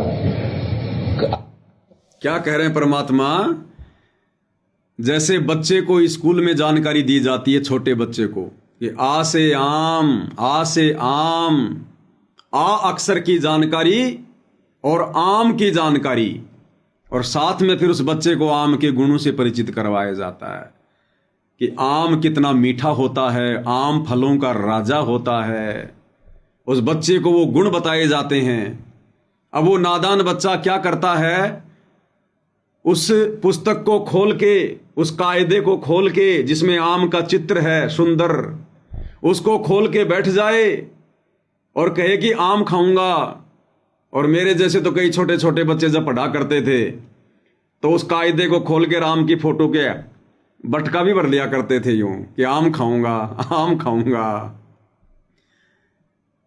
तो गुरुदेव भगवान कह रहे हैं कि आम ऐसे नहीं मिलेगा। फोटो वाले आम को खाने से पेट नहीं भरेगा, फोटो वाले भगवान को पूजने से पेट नहीं भरेगा, मुक्ति नहीं होगी, मोक्ष नहीं होगा। एक बार फिर से पूरा शुरू से सुनिए, फिर आगे समझाएंगे गुरुदेव। जैसे बच्चा स्कूल में पढ़ता है, उसको दिखाते आ का आम, आ का आम, अक्षर की जानकारी और साथ में आम का चित्र। जैसे हमें पूज्य गुरुदेव भगवान ने सतलोक आश्रम बरवाड़ा रूपी स्कूल में शास्त्रों को खोल खोल के, वेदों को खोल खोल के हमें बताया कि कबीर भगवान है, कबीर भगवान है। और एक दाढ़ी मूंछ वाली फोटो सामने रख दी कि ये है कबीर भगवान, ऐसा है कबीर भगवान। और यदि अब हम उस नादान बच्चे की तरह उसी कबीर की फोटो को ही भगवान मानकर पूजने लग जाएं, तो बताओ भाई और बहनों, फिर उस बच्चे में और हम भक्तों में फिर क्या अंतर हो गया? अरे गुरु ने तो वो फोटो दिखाकर, वेदों में कबीर का नाम दिखाकर हमें कबीर परमात्मा की जानकारी दी है। वो वेदों में लिखा हुआ वो कबीर है, वो अक्षर कबीर नहीं है। उस फोटो के अंदर जो दाढ़ी मूंछ वाली तस्वीर है वो कबीर नहीं है। उस कायदे में जो आम का चित्र है वो असल में आम नहीं है, वो तो आम का प्रतिबिंब है, उसकी एक परछाई है। हमें समझाने के लिए आम के गुणों से परिचित करवाने के लिए। और नादान बच्चा उस पुस्तक को खोल के उसके बटके भरने लग जाए कि आम खाऊंगा आम खाऊंगा, तो भैया बोलते रहो पूरी जिंदगी, उस फोटो में से वो आम निकल के बाहर नहीं आने वाला। क्या कह रहे हैं परमात्मा? जैसे बच्चा स्कूल में पढ़ता है, उसको दिखाते हैं आका आम, आका आम, अक्षर की जानकारी और साथ में आम का चित्र। अब बच्चा उसने बार बार देखा और फिर आम खाना चाहे, क्योंकि आम के गुण का ज्ञान बहुत मीठा होता है, फलों का राजा होता है, शरबत से भी मीठा होता है, तो खाने की इच्छा वो चाहे तो कैदा खोल के बैठ जाए, आम खाऊंगा। और कोई जानकार जिसने है वो कहा बेटा इसमें आम को ना। अब कोई जानकार है वो कहे बेटा इसमें आम को न्या, इस फोटो में आम को न्या, ये पुस्तक वाली फोटो में आम नहीं है। और फिर भी कहे नहीं नहीं, हमारे गुरुजी ने पढ़ाया है आ से आम, ये वाला आम है। इसी प्रकार हम अपने भगत भाई बहनों को जानकारी दे रहे हैं कि ये फोटो वाला कबीर आम नहीं है, ये भगवान नहीं है। और संगत वाले क्या कहते हैं, नहीं नहीं नहीं, गुरुजी ने बताया है ना, ये दाढ़ी मूछ वाला ही कबीर है, ये दाढ़ी मूछ वाला ही भगवान है। तो भाई और बहनों, उनकी बुद्धि तो उस नादान बच्चे की तरह है जो गुरुदेव भगवान कहते हैं कि अब वो बच्चा, जिस बच्चे को गुरु ने आम के गुण बताए, आम की फोटो दिखाई, और जो बच्चा उस कायदे को खोल के बैठ गया कि आम खाऊंगा, और कोई उसको समझाता कि बेटा ये आम नहीं है, आम प्राप्ति की विधि कुछ और है, ये तो समझाने के लिए तेरे को बताया गया। और वो कहे नहीं नहीं, हमारे गुरुजी ने यही बताया है। अच्छा वो चाहे तो कैदा खोल के बैठ जाता है, शरबत से भी मीठा होता है, तो खाने की इच्छा वो चाहे तो कैदा खोल के बैठ जाए, आम खाऊंगा।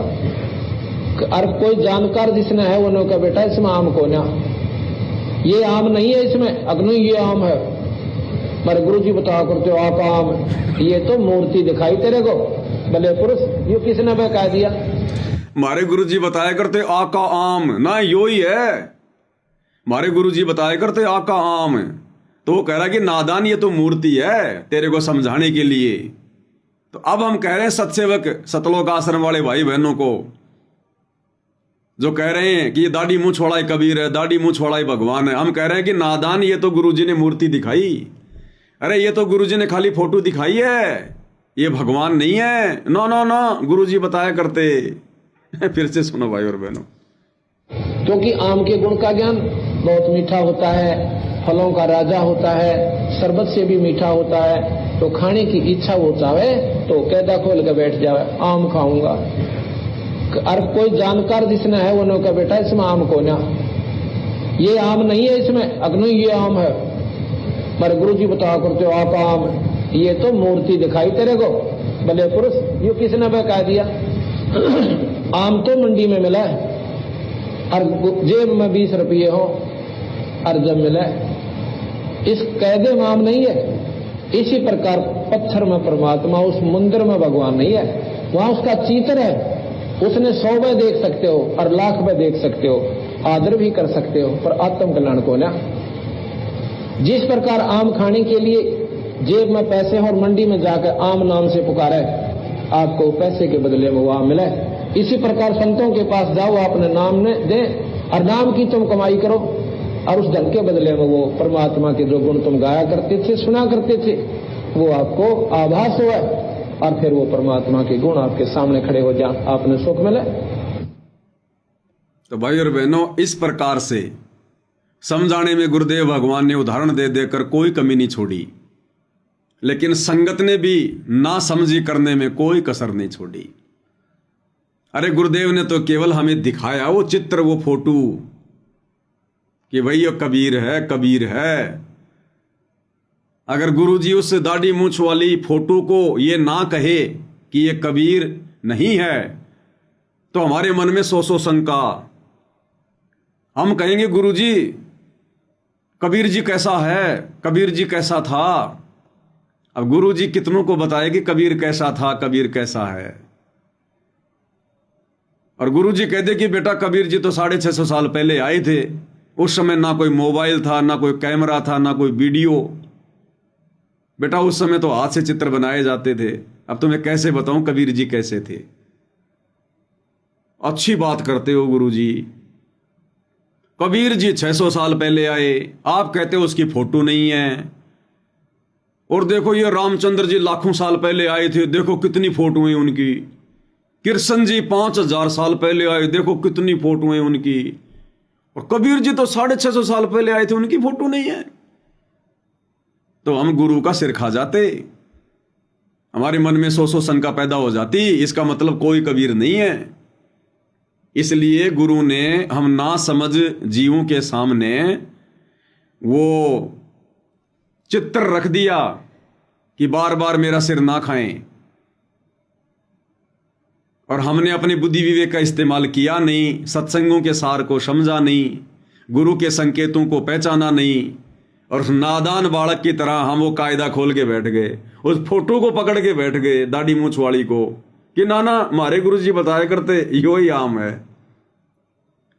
अब गुरु जी कहते हैं आम तो भाई मंडी में मिलेगा, जेब में डाल 20 रुपए, पहले कर मजदूरी, भक्ति कर, साधना कर, फिर तुझे परमात्मा का ज्ञान होगा, फिर तुझे परमात्मा मिलेगा। तो भाई और बहनों, वो परमात्मा आप और हम सत्सेवक भाई बहनों को मिला है। आश्रम वाले भाई बहनों को मिलकर भी नहीं मिला, और आप और हमें वो परमात्मा मिला है। तो ये भाई और बहनों बड़ा सौभाग्य है, ये हर आत्माओं को प्राप्त नहीं होता है। और आत्माएं आन उपासना करने में बिल्कुल भी पीछे नहीं हट रही हैं। यानी जब तक हम अपने गुरु को परमात्मा के रूप में ना पहचान कर, चाहे हम कुछ भी कर रहे हैं, उन्हीं के मंत्र जाप कर रहे हैं, उन्हीं की आरती कर रहे हैं, फिर भी हम परमात्मा से कोसों दूर बैठे हैं, कोसों दूर। एक सत्संग में क्या कह रहे हैं परमात्मा, अथ चाणक्य का अंग है आदरणीय गरीबदास जी महाराज जी की वाणियों में, अथ चाणक्य का अंग। ब्रह्म को छाड़ के पूजे।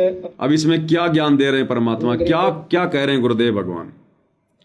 गरीब पार ब्रह्म को छोड़कर पूजे आन अनीत।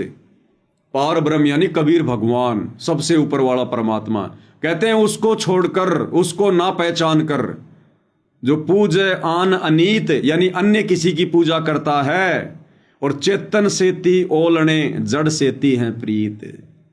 चेतन सेती ओलने, चेतन यानी जो वर्तमान में प्रकट है, जिंदा है, हमसे बातें करता है, हमारी बातें सुनता है, हमें भक्ति दे रहा है, आशीर्वाद दे रहा है, जो प्रकट है उसको कहते हैं चेतन।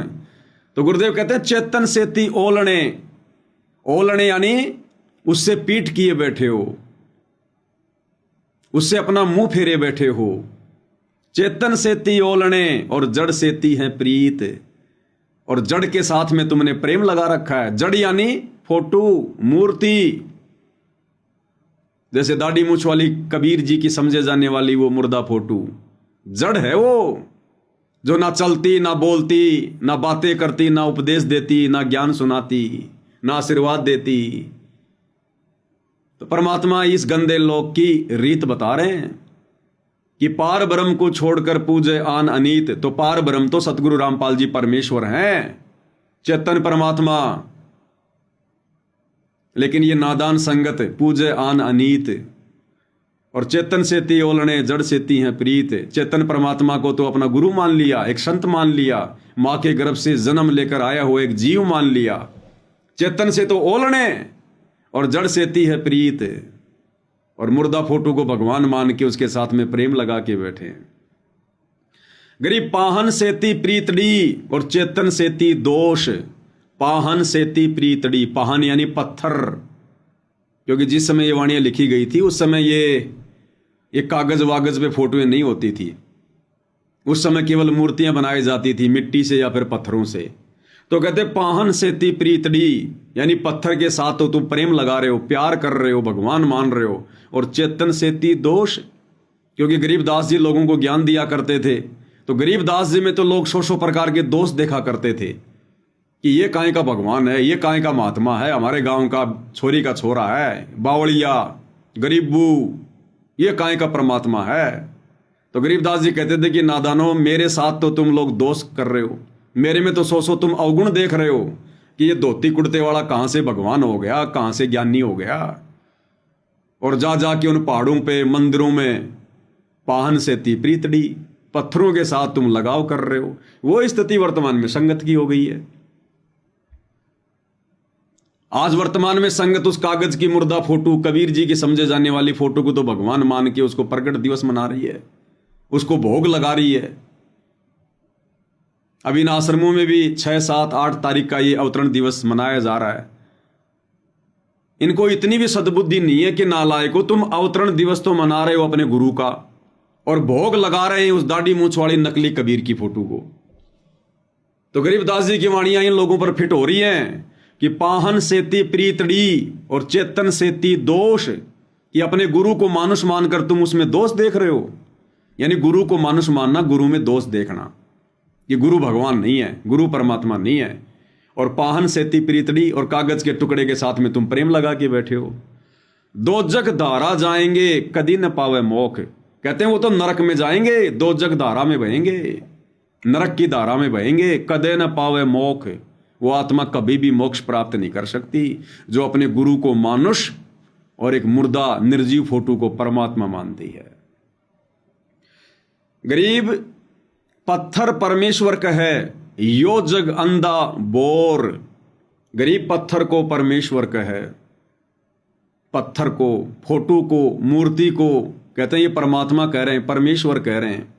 जैसे सतलोक आश्रम वाले भाई बहन जून के महीने में उस पत्थर को, उस कागज के टुकड़े को परमेश्वर मानकर भोग लगा रहे हैं, पूज रहे हैं, कबीर प्रकट दिवस मना रहे हैं। यो जग अंधा बोर, ये सारा संसार अंधा है, बावड़ा है, निपट अंधा है ये। और साहिब पर सेवा नहीं, पहुंचेंगे किस ठोर। और जो असली साहिब है, असली मालिक है, असली कबीर है, परमेश्वर रामपाल जी कहते हैं उसकी तो इनसे पूजा नहीं होती, उनकी सेवा नहीं होती, उनकी पूजा नहीं करते ये। यानी ये अपने गुरु को, परमेश्वर रामपाल जी को भोग नहीं लगाते, उनकी आरती नहीं उतारते, उनको परमात्मा नहीं मानते। तो साहिब पे सेवा नहीं, वो पहुंचेंगे किस ठोर, कहां जाएंगे वो, कहां उनको स्थान होगा, कोई ठोर ठिकाना नहीं होगा, दोजख में जाएंगे। गरीब पत्थर को परमेश्वर कहे, बड़ा अंदेशा मोही, कि ये नादान दुनिया वाले जिंदा गुरु को परमात्मा ना मानकर, ना पहचान कर, और पत्थर को परमात्मा कह रहे हैं, एक फोटो को भगवान कह रहे हैं। कहते हैं पहुंचेंगे किस ठोर। गरीब पत्थर को परमेश्वर कहे, बड़ा अंदेशा मोही, कि मुझे बड़ा आश्चर्य हो रहा है, मुझे बड़ा अंदेशा है। गरीब पत्थर को परमेश्वर कहें, बड़ा अंदेशा मोही, और पारस से भेटा नहीं कैसे पलटे लो। पारस से परस्यानी, यानी उस पारस से तो संपर्क किया नहीं, जो पारस लोहे को भी कंचन बना दे, सोना बना दे, जीव को भी पीव बना दे, जो परमात्मा कहते हैं उससे तो इनका परिचय नहीं, उस सच्चे सतगुरु से तो इनका मेल ही नहीं है। खाली उपदेश ले लिया, गुरु जी कह रहे हैं, लेकिन परमात्मा क्या कहते हैं कि बिन गुरु मिले मोहे न पाए। अब गुरु से मिलना क्या होता है, गुरुदेव ने बताया कि भाई गुरु से मिलना यह नहीं होता कि गुरु के पास आ जाओ, गुरु के साथ में रहो, गुरु के साथ में खाओ पियो, वो गुरु से मिलना नहीं होता। गुरु से एक रस हो जाना, गुरु को परमेश्वर मान लेना, गुरु को सर्वशक्तिमान मान लेना, हृदय से उनको भगवान मान लेना, यह होता है गुरु से मेल। तो गरीबदास जी कह रहे हैं कि पारस से भेटा नहीं कैसे पलटे लो, कि तुम उस पारस रूपी परमात्मा परमेश्वर रामपाल जी से तुम्हारा भेंट नहीं है, तुम्हारा संपर्क नहीं है, तुम मन से नहीं मिले उनसे, उनमें दोष देख रहे हो मानुष मानकर। तो कहते हैं तुम्हारी आत्मा का कल्याण कैसे होगा, तुम्हारे हृदय में परिवर्तन कैसे होगा, तुम भगत कैसे बनोगे। गरीब पत्थर को परमेश्वर कहे, बड़ा अंदेशा मुझ, और शूली साकट दीजिए कहीं समझाऊं तुझ।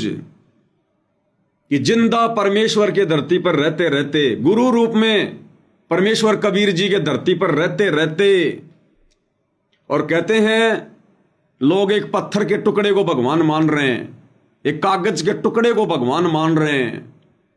तो गरीबदास जी कहते हैं उनके साथ में क्या बनेगा?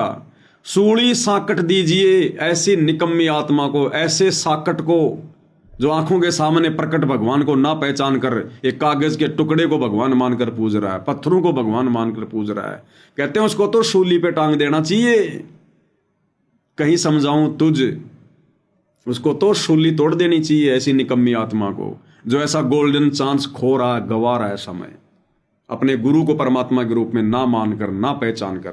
क्योंकि परमात्मा कबीर जी जब जब धरती पर आते हैं गुरु रूप में आते हैं। तो गरीबदास जी कहते हैं कि पत्थर को परमेश्वर कहें बड़ा अंदेशा मुझ, और शूली साकट दीजिए कह समझाऊं तुझे। अब गुरुदेव भगवान के मुख कमल से सुनते हैं परमात्मा ने क्या कहा। गरीब पार ब्रह्म को छाड़ के पूज आन अनीते, बचेतन सेती ओलने और जड़ सेती है प्रीते। गुरु से संतों से तो दूर रहे और धाम पूजा पर राजी रहे। गरीब पाहन सेती प्रीतड़ी, चेतन सेती दो से, दो जगदारा जावेंगे वह कदे न पावे मोक्ष। गरीब पत्थर परमेश्वर कहे यो जग अंधा बोरे, साहेब पैसेवा नहीं वह पहुंचेंगे किस ठोरे। गरीब पत्थर परमेश्वर कहे बड़ा अंदेशा मोही, पारस से बैठा नहीं यो कैसे पलटे लोही। अब भाई और बहनों, अब विचार करो आप और हमारे ऊपर कितनी बड़ी रजा हुई है, कितनी बड़ी मेहर हुई है गुरुदेव भगवान की, जो उन्होंने आज हमें पारस की पहचान करवा दी, स्वयं की पहचान करवा दी। और आज हम उनसे भेंट कर, यानी उनको परमेश्वर मानकर, उनकी सेवा करके, उनकी पूजा करके, उनको खुश करके हम इस मिट्टी को दिन ब दिन सोना बनाते जा रहे हैं, सोना। तो ये रजा भाई और बहनों सभी आत्माओं के ऊपर नहीं होती है। इसीलिए गुरुदेव भगवान ने विशेष संदेश में कहा है, विशेष संदेश नंबर 16 में, कि बच्चों आप कुछ दिनों में संकेत समझने लग जाओगे। अब ये संकेत कौन समझ रहा है भाई और बहनों? विशेष संदेशों को किसने समझा? किन आत्माओं ने निष्कर्ष निकाला? किन आत्माओं ने इन शिक्षाओं को अपने जीवन में लागू किया, अमल किया? और इन विशेष संदेशों से शिक्षा लेकर कौन कौन आत्माएं दृढ़ हो रही हैं? तो गुरुदेव कह रहे हैं बच्चों कुछ दिनों में आप संकेत समझने लग जाओगे। तो बताओ सत्सेवक भाई बहनों के अलावा किसी ने भी विशेष संदेशों को शिक्षात्मक रूप से लिया क्या? अपने जीवन में लागू किया क्या इन बातों को कि गुरुदेव क्या कहना चाह रहे हैं? ऐसी ऐसी बातें परमात्मा ने इन संदेशों में कही है, बिल्कुल खुल के, कुछ भी नहीं छुपाया। गुरुदेव भगवान ने क्लियर कर दिया कि आपका गुरु कौन है, पहचान लो। अब बालक नहीं हो तुम, फिर भी नहीं पहचान पा रहे। तो गुरुदेव क्या कह रहे हैं? पुण्यात्माओं कुछ दिनों में आप संकेत समझने लग जाओगे। अब्राहिम सुल्तान दम के बंदी बन के चले गए, एक नौकरानी बन के चले गए। क्या पड़ा था उनको? कोरडे खाए, नौकर बने, अपने बच्चे को नरक से निकालने के लिए। अब तुम बालक हो, बुद्धि छोटी है, बच्चे की बुद्धि इतना काम नहीं करती। इस ज्ञान से आपकी बुद्धि विकसित होगी। आप कुछ दिनों में संकेत समझने लग जाओगे। क्या कह रहे हैं गुरुदेव? आप कुछ दिनों में संकेत समझने लग जाओगे। कौन से संकेत? अरे सबसे बड़ा संकेत एक ही है, परमात्मा को पहचानना, परमेश्वर की पहचान करना। इससे बड़ा कोई संकेत नहीं हो रहा। तो गुरुदेव कह रहे हैं बच्चों कुछ दिनों में तुम संकेत समझने लग जाओगे। यानी गुरुदेव कह रहे हैं कि बच्चों मैंने अपना माथा पचाने की जरूरत नहीं पड़ेगी। ये जो तुम्हें तत्व ज्ञान दिया ना सन 1988 से, इस तत्व ज्ञान से धीरे धीरे तुम्हारी हृदय वाली आंखें खुल जाएंगी और तुम पहचानने लग जाओगे कि गुरुदेव क्या कहना चाहते हैं, क्या समझाना चाहते हैं। और अब दास आपको भाई और बहनों 4 विशेष संदेश सुनाएगा, छोटे छोटे। क्योंकि जो समझदार आत्मा थी वो तो समझ गई और समझकर अपने गुरुदेव भगवान को भोग लगाना शुरू कर दिया, उनकी आरती उतारनी शुरू कर दी, क्योंकि पहचान में आ गया कि भगवान कौन है। और जिस परमात्मा के लिए हम सतयुग से भटक रहे थे, जन्म जन्मांतरों से भटक रहे थे, आज वो भगवान हमारे सामने आ गया, हमारे गुरु के रूप में आ गया। फिर कौन पीछे रहेगा, कौन मनहूस होगा फिर, जो कागज के टुकड़ों को पूजेगा अपने गुरु को छोड़कर, दुनिया के बोध दिवस मनाएगा, दुनिया के प्रगट दिवस मनाएगा अपने गुरु के सतगुरु प्रगट दिवस को छोड़कर। तो परमेश्वर की जो नेक आत्माएं हैं, सतसेवक भाई बहन, उन्होंने पहचाना, और उन आश्रम वालों के लिए परमात्मा ने फिर भी खुल के बताया, लेकिन फिर भी भाई और बहनों वो नहीं समझ पाए। अगर समझ पाते तो भाई और बहनों ये जून के महीने में फिर दाढ़ी मूंछ वाले कबीर को भगवान मानकर प्रगट दिवस नहीं मनाते, फिर ये अपने घरों पर दाढ़ी मूंछ वाले नकली कबीर की फोटो नहीं लगाते, इनकी आंखें खुल जाती, तुरंत साथ संगति से जुड़ जाते कि आश्रमों में तो काल बैठा है, या तो 12वें पंथ की भक्ति है, इन लोगों के संपर्क में रहकर, आश्रम वालों की कुसंगति में रहकर मोक्ष प्राप्त नहीं कर सकते। लेकिन भाई और बहनों आंखें नहीं खुल रही। तो परमेश्वर ने कितनी कोशिश की है, और क्या कह रहे हैं परमात्मा। ये विशेष संदेश है, विशेष संदेश नंबर 69। और गुरुदेव भगवान ने मजबूरन इतना ज्ञान देने के बाद भी, जब परमात्मा ने देखा कि सत्सेवकों के अलावा तुझे कोई नहीं पहचान रहा, तो गुरुदेव भगवान अंत में यह कह रहे हैं कि मैं कौन हूं, ये दास कौन है, तुम बालक हो, इसलिए तुम्हें बार बार पहचान करवाई जा रही है। क्या कह रहे हैं परमात्मा। साधो से ती बस करिए चोरा नाल खुशाल, मल खाड़ा जीतेंगे ये युग युग के बाल। आप यही आत्मा हो, ऐसे गुजर कर आए हो। आप दास जो कह रहा है, ये समझ लो मैं कौन हूं, ये दास कौन है। आप बालक को इसलिए बार बार पहचान बतानी पड़ती है, तो फोटो मध्य कोई नहीं रहे जो बता अरबों में कोई गर्क सुनो। गुरुदेव कह रहे हैं आप बालक हो अभी, ये दास कौन है, मैं कौन हूं, तुम्हें बार बार पहचान करवाई जा रही है। कोट्यों मध्य कोई नहीं रे झुमकरा, अरबों में कोई एक सुनो रे झुमकरा। अरबों में कहते हैं उन करोड़ों में तो कोई नहीं है, और अरबों में कोई एक है।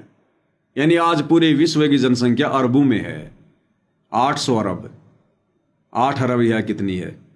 तो गुरुदेव कह रहे हैं कि अरबों में कोई एक, यानी पूरे विश्व में केवल तुम्हारा गुरु ही है एक, वो जो तुम्हारी आत्मा का कल्याण करवा सकता है, और आत्मा का कल्याण तो परमात्मा ही करवा सकता है। तो गुरुदेव कह रहे हैं तुम्हें पहचान करवाई जा रही है, लेकिन तुम नहीं समझ पा रहे। फिर एक सत्संग में गुरुदेव भगवान क्या कह रहे हैं कि पहले तुम तो समझो, फिर बाकियों को भी पहचान करवाएंगे। अब समझ लो मेरा बेटा बेटियों, इसने बने बढ़ाए ने खोइयो मत ना। बढ़ना बड़ा कठिन है, खोना तो आसान है। और उस धड़ी की कृपा देखो, उस परम पिता की कितने नेक, कितनी प्यारी आत्मा वहां, कहां से अमृत ला रहा आपको। अपने भगवान ने तुम तो पहचान लो, बाकियों को पहचान हम करावांगे, क्योंकि वो भी उसी के बच्चे हैं।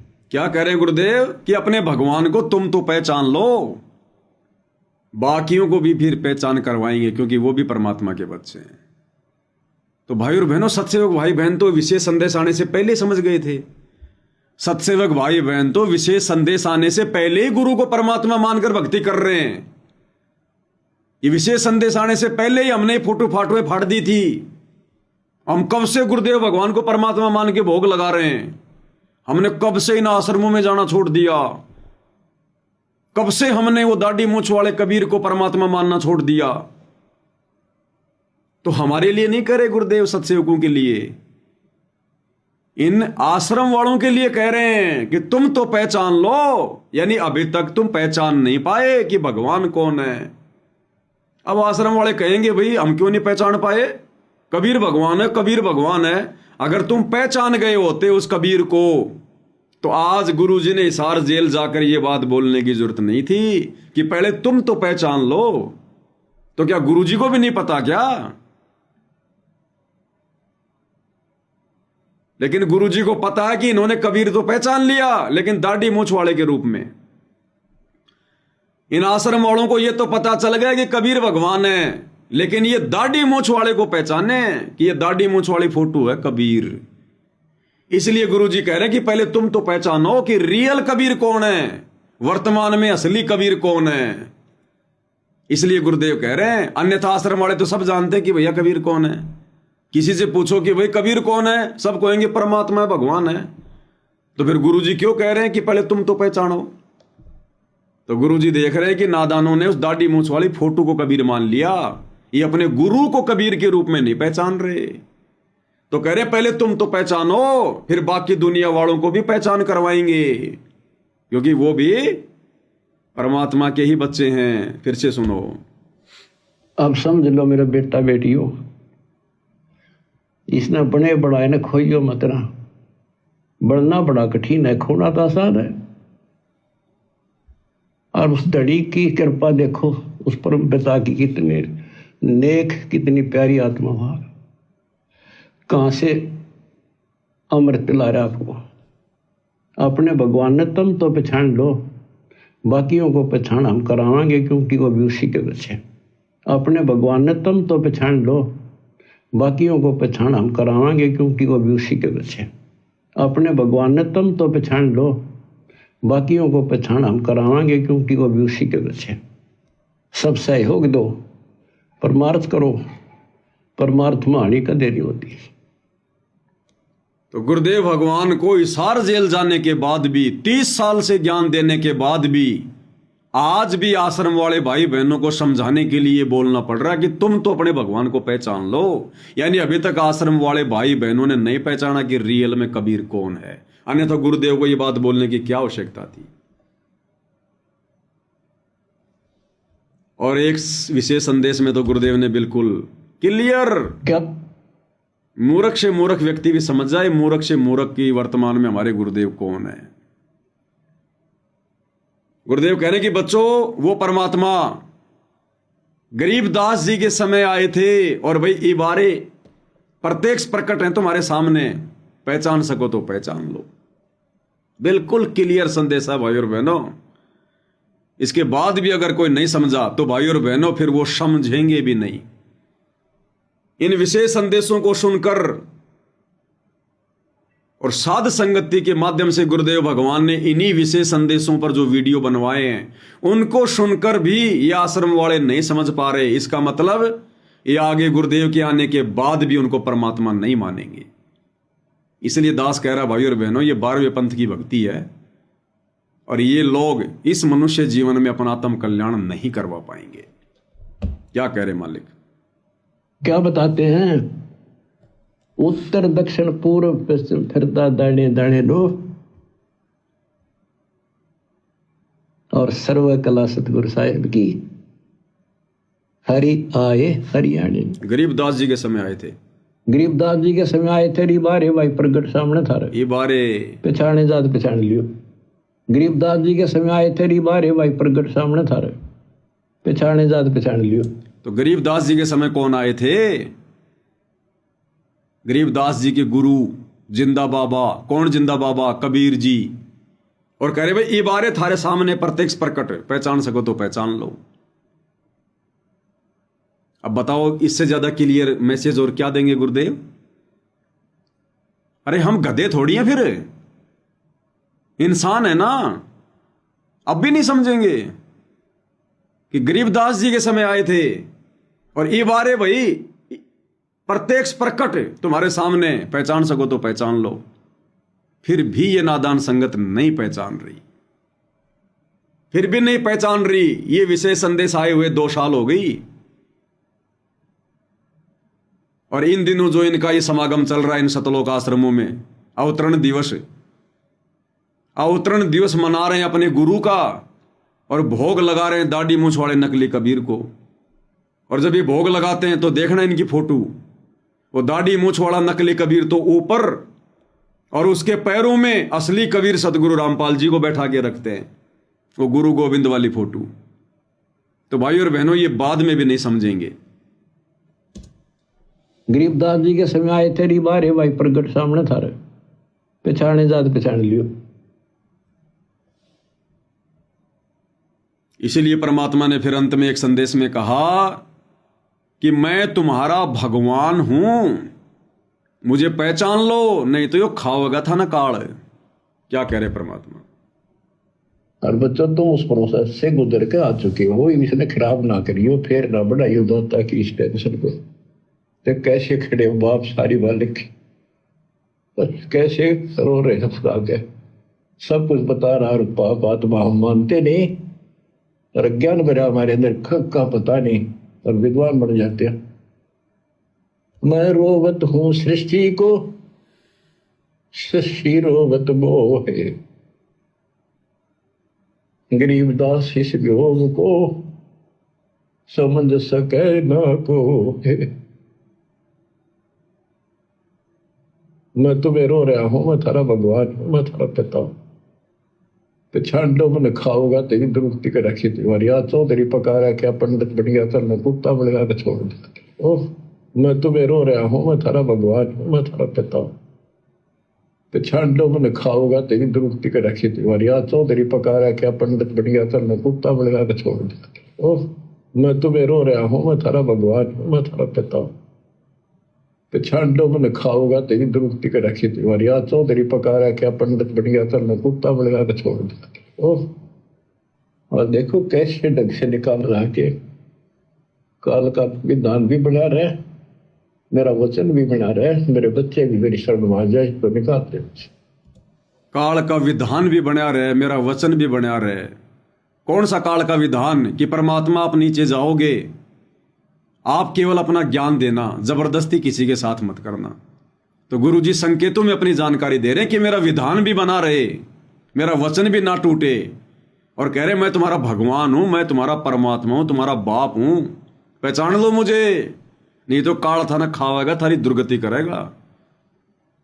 अब संगत यदि पहचान गई होती उस कबीर भगवान को, तो आज गुरु जी ने रो रो कर ये बातें नहीं बोलनी पड़ती कि पहचान लो। इसका मतलब अभी तक संगत नहीं पहचान पाई कि कबीर कौन है।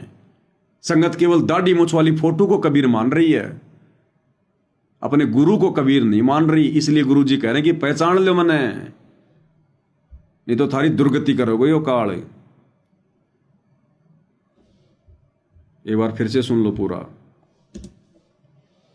और बच्चों तुम उस प्रोसेस से गुजर के आ चुके हो, इसने खराब ना करियो, फिर ना बढ़ाइयो दाता की इस टेंशन को। तो कैसे खड़े हो बाप सारी बालिक, कैसे रो रहे हैं खुदा के, सब कुछ बता रहा, और पाप आत्मा हम मानते नहीं, और ज्ञान भरा हमारे अंदर का पता नहीं, और विद्वान बन जाते हैं।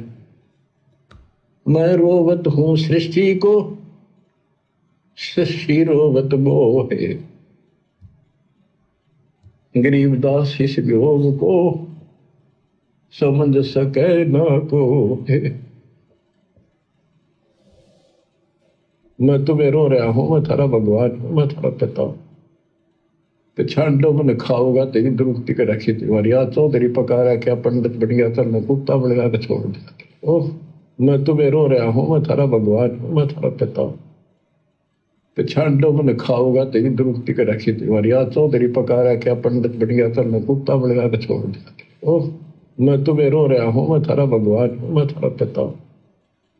पछाण लो मन खाओगा तेरी दुरुक्ति के रखी तुम्हारी। आज चौधरी पका रहा क्या पंडित बन गया था, मैं कुत्ता बन गया छोड़ दिया। ओह और देखो कैसे ढंग से निकाल रहा के काल का विधान भी बना रहे, मेरा वचन भी बना रहे, मेरे बच्चे भी मेरी शरण में आ जाए तो निकालते। मैं रोवत हूं सृष्टि को, सृष्टि रोवत मोहे। तुम भगवान भगवान करते फिरते हो, मुझे रो रहे हो, सुखदाई भगवान का है, कसाई ने तुम भगवान मान रहे हो, और मैं तुम्हारे लिए रो रहा हूं, मेरे बच्चे थारी प्रगति हो रही आंखों से। गरीबदास इस वियोग को समझ न सकता को, चार युगन में हम फेरे, मैं पल में छिप जाऊं। गरीबदास गुरु वेद से लखो हमारा ठाव। बच्चों आज इतना ही, शेष अमर कथा आगे सुनाएंगे, बोलना नहीं आता। परमात्मा आपको सद्बुद्धि दे, अकल को लतारी। कित पश्य बैठे माचे आडो 2 दिन का सांग है यो, पता नहीं कद फूक निकल जाएगी, कुत्ता बना के छोड़ देगा, सारे ठाट दरिया दर जाएंगे। उस समय निकालो, मालिक ने रजा बख्शी कहाँ से बख्श रखी है तुम्हारे ऊपर, कैसी दया करिए, कोई बालक नहीं है वो, ताकि तुम्हें फिर से दर्द करे, तुम्हारा जीवन बचाए, तुम्हें मोक्ष मिले। सच ये गुरुदेव भगवान ने संकेत कर दिया है ना आश्रम वालों के लिए, कहाँ तुम इस 2 दिन के ठाट को ठाट मान रहे हो, माचे माचे फिरो तुम, फूक निकल जाएगी 2 मिनट में। कहाँ तुम इन राजनेताओं के पीछे दौड़ रहे हो, मनमानियां कर रहे हो, मर्यादा तोड़ रहे हो, गुरु को नाराज कर रहे हो, संगत के दान के ऊपर आराम के टोक तोड़ रहे हो, मौज मस्ती कर रहे हो। संगत को भी मस्ती चाहिए, और संगत तुम्हें मस्ती करवाने के लिए खुल के तुम कुपात्रों को ज्योति पाठ और दान का पैसा दे रही है। तो गुरु जी कहते हैं कहाँ माचे माचे फिर रहे हो, कहाँ तुम इस ठाट बाट को मान रहे हो, 2 मिनट में फूक निकल जाएगी, कहीं कुत्ता बना के छोड़ देगा ये। क्या कह रहे मालिक? मैं पल में छिप जाऊं गरीबदास गुरु वेद से, लखो हमारा ठाव। बच्चों आज इतना ही, शेष अमर कथा आगे सुनाएंगे, बोलना नहीं आता। परमात्मा आपको सद्बुद्धि दे, अकल को लतारी। कित पश्य बैठे माचे आडो 2 दिन का सांग है यो, पता नहीं कद फूक निकल जाएगी, कुत्ता बना के छोड़ देगा, सारे ठाट दरिया दर जाएंगे। उस समय निकालो, मालिक ने रजा बख्शी कहाँ से बख्श रखी है तुम्हारे ऊपर, कैसी दया करिए, कोई बालक नहीं है वो, ताकि तुम्हें फिर से दर्द करे, तुम्हारा जीवन बचाए, तुम्हें मोक्ष मिले। सच तो भाई और बहनों, असीम रजा गुरुदेव भगवान ने आप परम तुच्छ बुद्धि जीव सत्सेवकों के ऊपर बख्शी हुई है। ये रजा भाई और बहनों युगों युगों पर्यंत होती है, युगों युगों पर्यंत। ये कोई सामान्य बात नहीं है। एक ही गुरु, एक ही ज्ञान, गुरु ने कोई भेदभाव नहीं किया, और आज वो लाखों की संगत काल की गोद में बैठी है, झूठे सुख को सुख मान के। उन्हें पता ही नहीं हम क्या कर रहे हैं, किस दिशा में जा रहे हैं, बिल्कुल बेहोश है, बिल्कुल बेहोश। और इधर साथ संगति से गुरुदेव भगवान ने अलग से अपना 13वां यथार्थ कबीरपंथ शुरू करवा कर, और आप और हम आत्माओं को कैसी सद्बुद्धि दे रखी है। आप और हम दिन प्रतिदिन भक्ति मार्ग पर कितना आगे बढ़ रहे हैं। ये सामान्य बात नहीं भाई और बहनों, सामान्य बात नहीं है। तो हमने अपने गुरुदेव भगवान की असीम रजा को, मेहर को इसी प्रकार से बना के रखना है, और हमने अपने गुरु को ही प्रसन्न करना है। और गुरु को प्रसन्न करने के लिए, भक्ति सफल करने के लिए जो भी हमने कुर्बानी देनी पड़ेगी। गुरु किसी का शीश नहीं लेता, गुरु किसी का मकान नहीं लेता, किसी का धन नहीं लेता। गुरु केवल हमसे ये चाहता कि मेरे वचन पर चलें, और जो बुराइयां हैं उन बुराइयों को ये त्यागें, और भक्ति मार्ग पर दृढ़ होकर विश्वास करके गुरु वचन पर अटल होकर चलें। किसी के बहकावे में ना आए, कोई लोकलाज में ना आए, कोई शर्मा शर्मी में ना आए, किसी के दबाव में ना आए। चाहे घर छोड़ना पड़े, चाहे संपत्ति छोड़नी पड़े, 1 सेकंड में ठोकर मार दे। अगर किसी का बाप करोड़पति है और सतगुरु रामपाल जी की भक्ति से यदि वो ना खुश है, और कह रहा है कि बेटा यदि तूने भक्ति अगर करनी है तो मेरी संपत्ति से बाहर हो जा, इस मकान से बाहर चला जा, उसी समय बिना सोचे समझे कि ले थूकता हूं मैं तेरी संपत्ति पर, तो मार इसके ऊपर सांप की तरह लौट पलटे। मैं तो ये चला, मेरी संपत्ति तो मेरा गुरु है, मेरी भक्ति है। इतना हमारे अंदर विश्वास, इतना दृढ़ विश्वास, तब जाकर ये परमात्मा फिर अपना आशीर्वाद बख्शेगा। इतनी दृढ़ता चाहिए। ये नश्वर संपत्ति हमने बिल्कुल ठोकर पे रख के चलिए, ठोकर पे। असली धन, असली संपत्ति हमारा भगवान, हमारी भक्ति है, मर्यादा है। तो जब समय अगर आ जाए, ऐसी भी अगर नौबत आ जाए, तो सोचना नहीं, फिर विचार नहीं करना, किसी को फोन करके नहीं पूछना कि भगत जी क्या करूं। परमात्मा ने सब बता रखा, तुम्हें भी पता है, और फिर भी तुम संशय में हो, तो फिर यह भी कमजोरी है। इस नश्वर संपत्ति को अपने ठोकर पे रख के चलो अगर भक्ति सफल करनी है तो। जब भी आदेश हो जाए, फुटबॉल की तरह ठोकर मार दो कि जाओ, ले जाओ, खाओ पियो, ऐश करो। हमें देने वाला हमारा सतगुरु है। तब भाई और बहनों, परमात्मा अपना समझेगा फिर। तो भाइयों और बहनों, सतगुरु महिमा में आज केवल इतना ही। इसी प्रकार से हम पूज्य गुरुदेव भगवान के आशीर्वाद से थोड़ी थोड़ी जानकारी प्राप्त करते हुए प्रतिदिन जैसे भी परमात्मा हमें मौका दें, भक्ति मार्ग पर हम आगे बढ़ते रहें और हमारा ये जो समय है ये इसी प्रकार से व्यतीत हो जाए गुरुदेव भगवान के बाहर आने तक। और परमात्मा भी यही चाहते हैं कि ये आत्माएं किसी न किसी बहाने इस भक्ति मार्ग पर लगी रहें, इस मन शैतान को मौका ना दें, अन्यथा जरा भी हम लापरवाही बरतेंगे, इधर उधर की बातें करेंगे, तुरंत इस शैतान रूपी मन का दाव लग जाएगा और कहीं न कहीं हमारी यह मर्यादा तुड़वा देगा। इसलिए पूज्य गुरुदेव भगवान ने हम सत्संगों पर विशेष रजा बख्शी है। हमें परमात्मा ने इतनी भक्ति क्रिया दे दी, इतनी भक्ति क्रिया दे दी कि हमें पड़ोसी से बात करने की भी फुर्सत नहीं है, पड़ोसी से भी बात करने की फुर्सत नहीं है। तो ये गुरुदेव भगवान की विशेष रजा है। तो सात संगति के माध्यम से परमात्मा ने हमें बिल्कुल लपेट के रखा हुआ है, जरा भी मौका इस शैतान रूपी मन को परमात्मा नहीं दे रहे। तो भाइयों और बहनों, हमने इस रजा को इसी प्रकार से बना के रखना है। ये रजा युगों युगों के बाद होती है, युगों युगों के बाद। तो भाइयों और बहनों, कल परमेश्वर जी का इस धरती पर जो प्राकट्य दिवस है, कल वो दिन है।